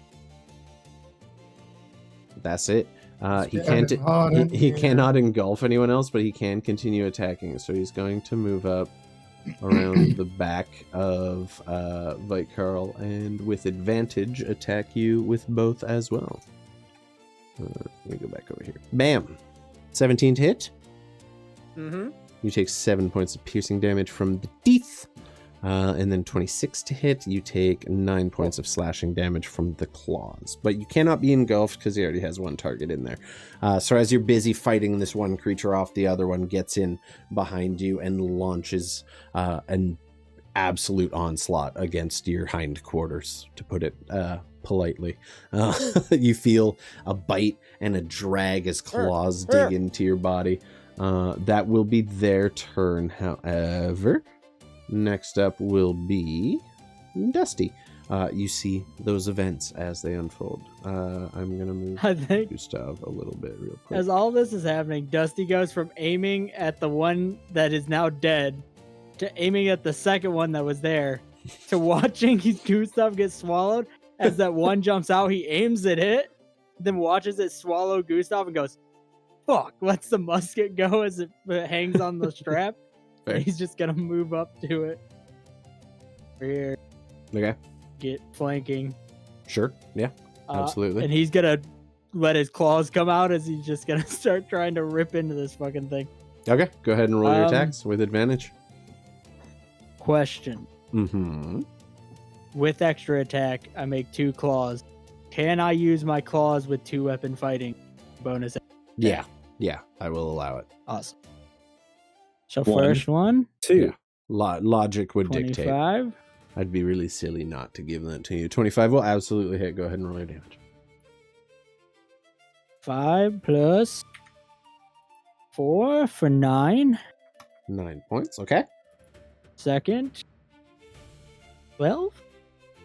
12 does not hit. You got to be a 13 on these guys. Unfortunate. So as you attack with the other claw, you feel particularly like sturdy piece of bark or something on its hindquarter just kind of block your claw, and you kind of scrunch your hand up. Are you not in range for your flash of genius or whatever? No, it's only an ability check or saving throw. It's not on an attack. Gotcha. And then the bonus action. Maybe like a little lower. Mm-hmm. For a 20. 20 will hit, definitely. Which this one's only going to do 2 plus my d6 from 100. So 6 still. He still only takes. Okay. He takes the hits, and as he's kind of focused on Vitekarl, you see him turn back, and one of his large, kind of swampy green colored eyes registers that you have just kind of unleashed an attack on it, and it kind of begins sizing you up. You can kind of see in some of the spaces between the vines and the growth little flashes of bright cleric armor from within this creature. You also see a bright green flash of flame at one point during this round as Kieran unleashes his flame blade on the creature as well. He does seem to have registered that you are present. His attention seems to be shifting to you. Anything else you want to do on your turn? No, that is all I got. Okay, Vitekarl, you're up. Moose Carl. Alrighty. Caribou Carl. Moose whichever Carl, one it is. go. They all work. Caribou. Caribou Carl. might be my Carl favorite. Carl Boo. I love it. Carl Boo, go. Go, Carl Boo. And they're both up now, not prone? Yes, they would be. Up. I'm going to go ahead and try. They'd use half their movement to get up, and then their other movement was half, so one got to move 5 feet and the other moved 10. It's rough times for them. Fuck that. I'm going to go ahead. Moose Carl, you're just going to see a hand pop out of Moose Carl as Vitekarl. Boop. Boop. Dip. Bonus action. Action. Her dip. And I'm going to clap my hands, and a burst of feathers is going to not feathers, sorry. A burst of seawater is going to come from my hands as a little tiny cloud appears over the guy that's got Kieran. And I want to summon animals above him, and I'm going to have 8 reef sharks falling down upon this creature. It's going to rain sharks. I cast Shark Rain. Sharknado! This is the second campaign. This is the second motherfucking campaign that you have had some kind of shark gravity-based attack. Okay? Yay, if I had a nickel for every time, I'd have 10 cents. which is not a lot, 8 attacks. but it's funny it's happened And I twice. have 2, three. which is not a lot, but it's And- weird that it's happened twice, right? Is there AC 13, you said? Good Yes. Doofenshmirtz. Well, I hit 6 times. 6 different sharks. And that's going to be a D8 plus What are their- 2, so what a are their D8 plus damage? 12. Go 6. And another one. So that's going to be 36 or 66. Yeah, because... Oh, wait, no, sorry. 1d8. 1d8. I'm silly. So just 36 plus 12. 48. 48 shark damage. I'm gonna say roll one more d4 per shark and add it based on gravity. For the fucking bludgeoning damage. 18. Okay. You watch as the creature that Yeah, like engulfed Father Gustav is like one by one just completely torn apart. Father Gustav, you will take 9 points of bludgeoning damage from the sheer weight of all these sharks crushing the creature that has engulfed you, as you are also pummeled by 8 reef sharks falling on you from a substantial height. Thanks, Fight Goal. As the creature is destroyed, you two are like completely just crushed underneath, flat down into the swamp below, about a ½ inch sunk into the muck. There's 8 sharks flailing desperately. I've in never the- seen someone abuse summon animals like you have, Ryan. It's Never. like fucking watching Jackson Pollock paint. Pito hates me. I got voicemails This from is Pito incredible. from years ago. Oh, no. That's Oh, clipped. and I'm just That's standing clipped. there, and his hands are out. And he goes, "I'll be real. I meant to summon lightning. It works." And that'll be my turn. The sharks are still there. They didn't disappear. They're just flailing around. I gotta think. Wait, would they have taken probably about 18 points of bludgeoning damage? Yes. Each. Awesome. Then they are still all alive, and they're all Just flopping about, desperate for air. A couple of them land in the greasy ass pond, and those are even worse off because they're not freshwater sharks. Yeah, they try to take a deep breath. It's like breathing in smog. All right. That one is fucking dead. Oh my god. Yep. I love it. Anything else you want to do on your turn, you crazy motherfucker? That'll be me. Love it. Love it. I'm leaving the snail on there because his movement speeds reduced. Okay, that's your turn. Xechas, you've just watched sharks fall from the sky and bludgeon a creature and one of your friends. What are you doing? I don't really know what to say. That was magical.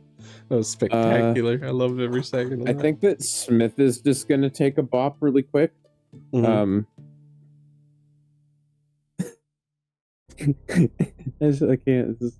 Yeah, there's Oh my nothing you can do fucking God. against that at all whatsoever. Amazing. Did you see how hard it was for them to beat the Sharknado in every movie, guys? Yeah, dude, those Come on. movies are great. We Ugh. watched every single one of them in Discord in like a week. It was a great 13? week. A 13 will hit. Just barely hit.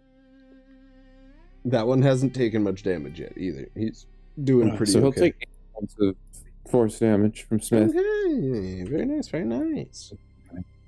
That's your attacks. And then I am gonna Go ahead. pick up a rock. I'm assuming there's a rock. Sure. Plenty.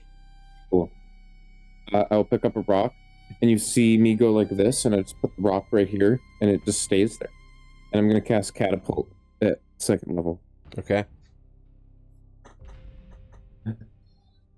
I need a Dex 14 save from the only creature. remaining swamp monster.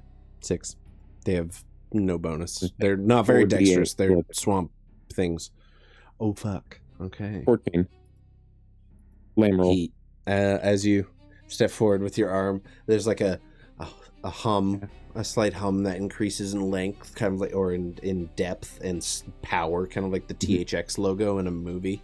and then the rock just soars at this creature in a perfectly straight line, tears absolutely through it, and you watch the rock skip across the pond behind it the rest of the way. It takes the damage and it kind of stumbles back and turns its gaze back to you. It is looking rough. It is definitely bloodied at this point. It's kind of in the similar state to the other ones where pieces have fallen off. It's no longer completely formed. You can kind of see through some parts of it. I'm gonna move up a little bit, and I'm gonna try to telekinetically. I'm gonna move down.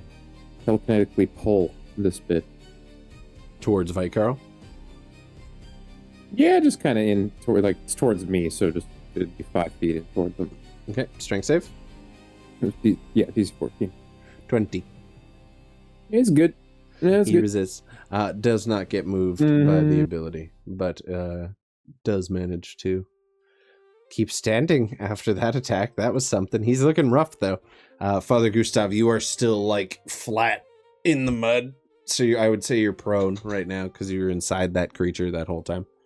What are you doing? Just for shits and giggles, I had something in mind that I wanted to do before Vikarl dropped those sharks. How far can they expand? They won't be able to do huge, right? What, like how big could these creatures expand to? Yeah. You would probably have to engulf get back inside of one of them and find out. Because my idea was, I was gonna cast Liam's tiny hut on myself, so it expands inside the fucker, and just make him pop. Because tiny hut, even though it says tiny, it's considered huge. I feel And like you the wouldn't be creature able to would get just. Vikarl I in. feel like the creature would just be in the hut at that point. It's interpretation, isn't it? Well, I mean, it summons in a whole 10. It summons in a 10-foot radius. It doesn't expand out from a single point. It just appears in that space. It would be You'd allow funny. me to get in It and would be cast Thunderwave. There you go. It would be funny, but that is not a thing that spell can do. I'm sorry. That's unfortunate. Well, anyways, I'm gonna use half my movement speed to get up, and then I gonna look at the shards around me. If Vikarl a look, shake my head, move towards the other creature, and attack it. Wade in the water. And Okay. use my green flame blade again. Go for it. So this is gonna be to hit. Oh wow. 11 to hit does not hit. No, need a Then, 13. Looking as for a a 13. Bonus action, I'm gonna use healing word on myself.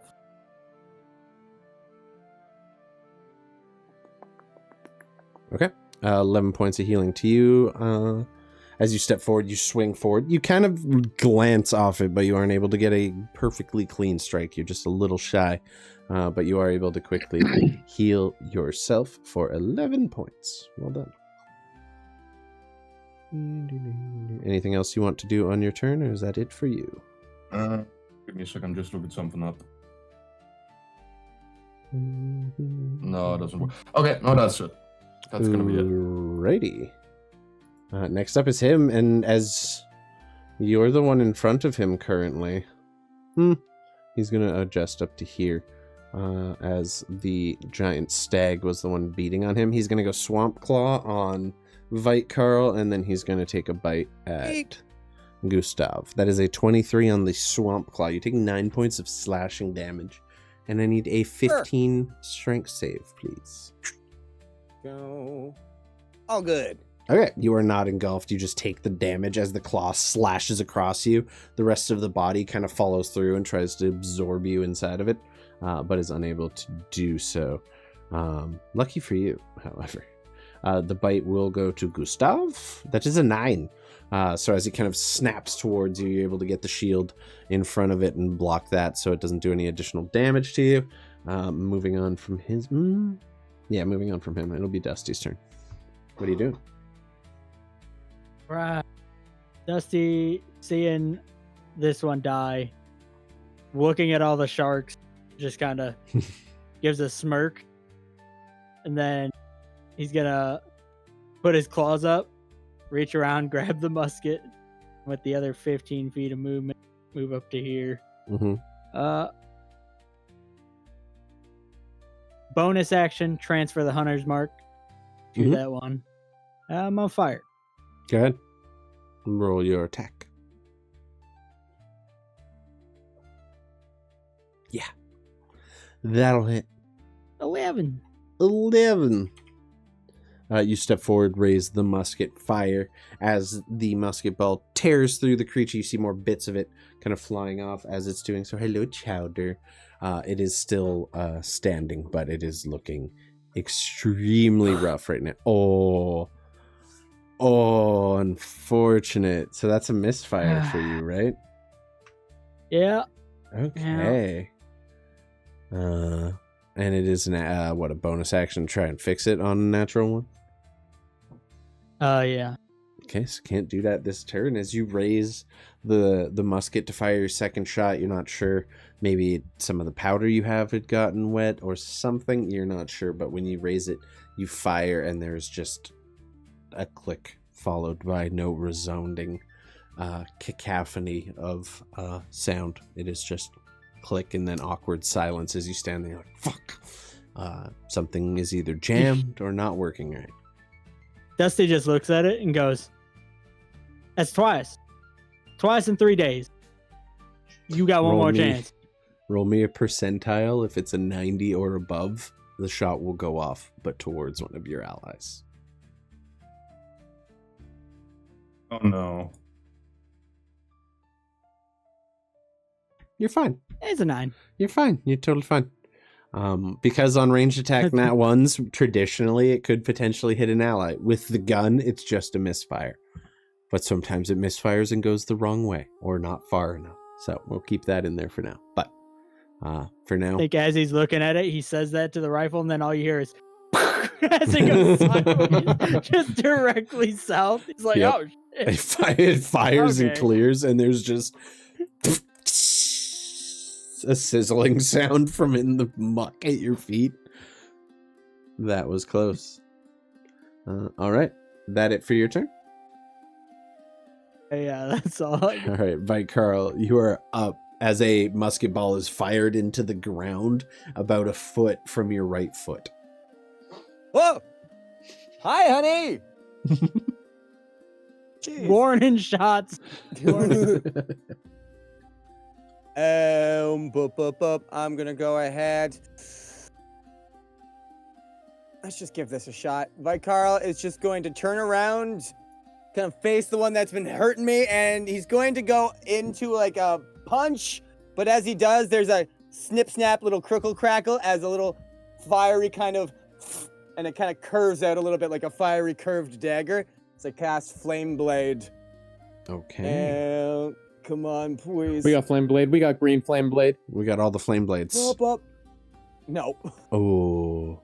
As you jump, you do this epic jump into the sky, gaining easily 6-foot vertical leap, come straight down and miss entirely, and there's just a sizzling sound as your flame blade sinks into the muck. You just pull it out. I did it! The mud's Oh, no! boiling. Fucking. Yeah. Yeah. It's like the guy who puts the super red hot ball of metal into random stuff. That's what it sounds like. I like when you put it in the aloe vera. That was a That's fun my sound. favorite one. Yeah. That's gonna be me. I'm just gonna look Okay. at him and just Xechas, you're up. All right, I've got this. I'm gonna pick up another rock and catapult him again. Okay. Well, last time. All right. Go ahead. Oh, no, that's me. Deck save. Right? Deck save. 13. He fails. Go ahead and Only take describe to me Oh. how your shot finishes off this creature. Yeah, he's still looking rough. You guys have been hitting him with shit. He did get shot. So this one, yeah, just I pick it up. Smith goes to arm his blast, and he's just about, and then there's a, and it goes, right through him again.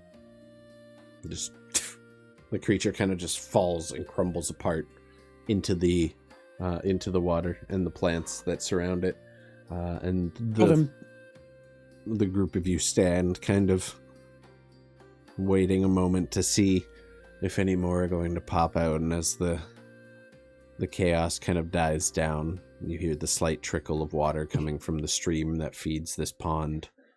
And the sun has just kind of just gone beyond the horizon as this combat finishes. Xechas, you had your hand up. As everyone gets out of the water, and I'm assuming they do, I'm going to hit it with some lightning launchers to try and coax any more of these fuckers out. Okay, as you fire the lightning into the water a few times, nothing comes out. You see the kind of like the lightning itself kind of dissipate over the surface of the water, and nothing else remains. And you are all left with a very nice and no longer swamp wolf infested campsite for the evening. As you check all around to make sure it's safe, Dusty? I'm sleeping in the hut. That's all Dusty says. Fair. Valid. Sleeping in the hut. And as you all set up for your evening of rest, that is where we will end things for tonight. We will maybe be back to this campaign next week. We will wait to hear from Ryan on that one.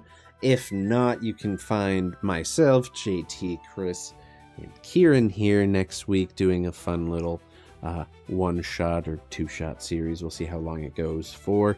We'll do what we need to do, or we might take a little break coming into September. We will see what happens. But either way, expect us and maybe a special guest next week if we don't get back to our usual campaign.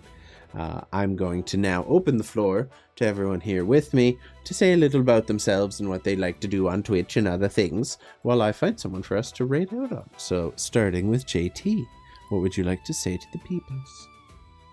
Yeah, if I do a stream, you can catch me tagged in the title. I play Resident Evil, Dark Souls, all kinds of shit, really, when I do stream. And I make screaming noises sometimes, like that kind of thing. Yeah, you can catch me there. We love the noises. I live for it. Also, be good people. Be good people. That's important. Speaking of good people, Ryan, it's your turn. I appreciate so many. I have so many good people in my life. It's wild, and I just love you all. Thank you. We love you, buddy. We love you. Hey. Everyone go show some love to Ryan over there. Moving on to Kieran. Yeah, like I said, on Mondays you can see me here. Either playing this character or maybe when Ryan is starting to move on something else that we came up with. Tomorrow we'll be ready or not with the same bunch of special people I played with last time. Gonna be hilarious, gonna be chaos, so if you have the time, definitely try checking it out. Other than that, yeah, that's pretty much it. Sweet. Everyone go check out Kieran. I linked his link too. And then Chris, end us off with a fun animal fact, if you please. Or a fun fact of any kind. A normal fact, yes. Oxford University is older than the Aztec Empire. Oxford started teaching in 1096, while the Aztec civilization was founded in 1325. Crazy. Interesting. Crazy how the timelines work out, isn't it? We're going to go ahead. Sharks have existed for longer than trees have. Oh, fuck yeah, that's cool. Hell yeah, we love that. We're going to go ahead and raid on over to the Game Master Eric. He's playing some D&D with their crew over there. So we're going to go show some love to them, everybody. I will be live at some point tomorrow because I really want to play this Lord of the Rings War in the North game. Probably in the morning at some point once I'm up and about, because I kind of be doing the early morning thing these days. I'm so excited. I really can't wait. I loved that game when I was in college, and I'm so excited to play it again. So in the meantime, y'all, be good to each other. Y'all know the thing. I have been your DM, David Patrick. These have been my friends, and you all have been awesome. Kalel, no. God damn it, Gal Gadot, get off my stream. You You can't. must get to the stones. Your life is in a grave of danger. You can't. You must get to the stones. Oh no! Get off my stream. Kal-El, no. Get off my stream, bitch. God damn. We love you guys. We'll see you next time. Bye.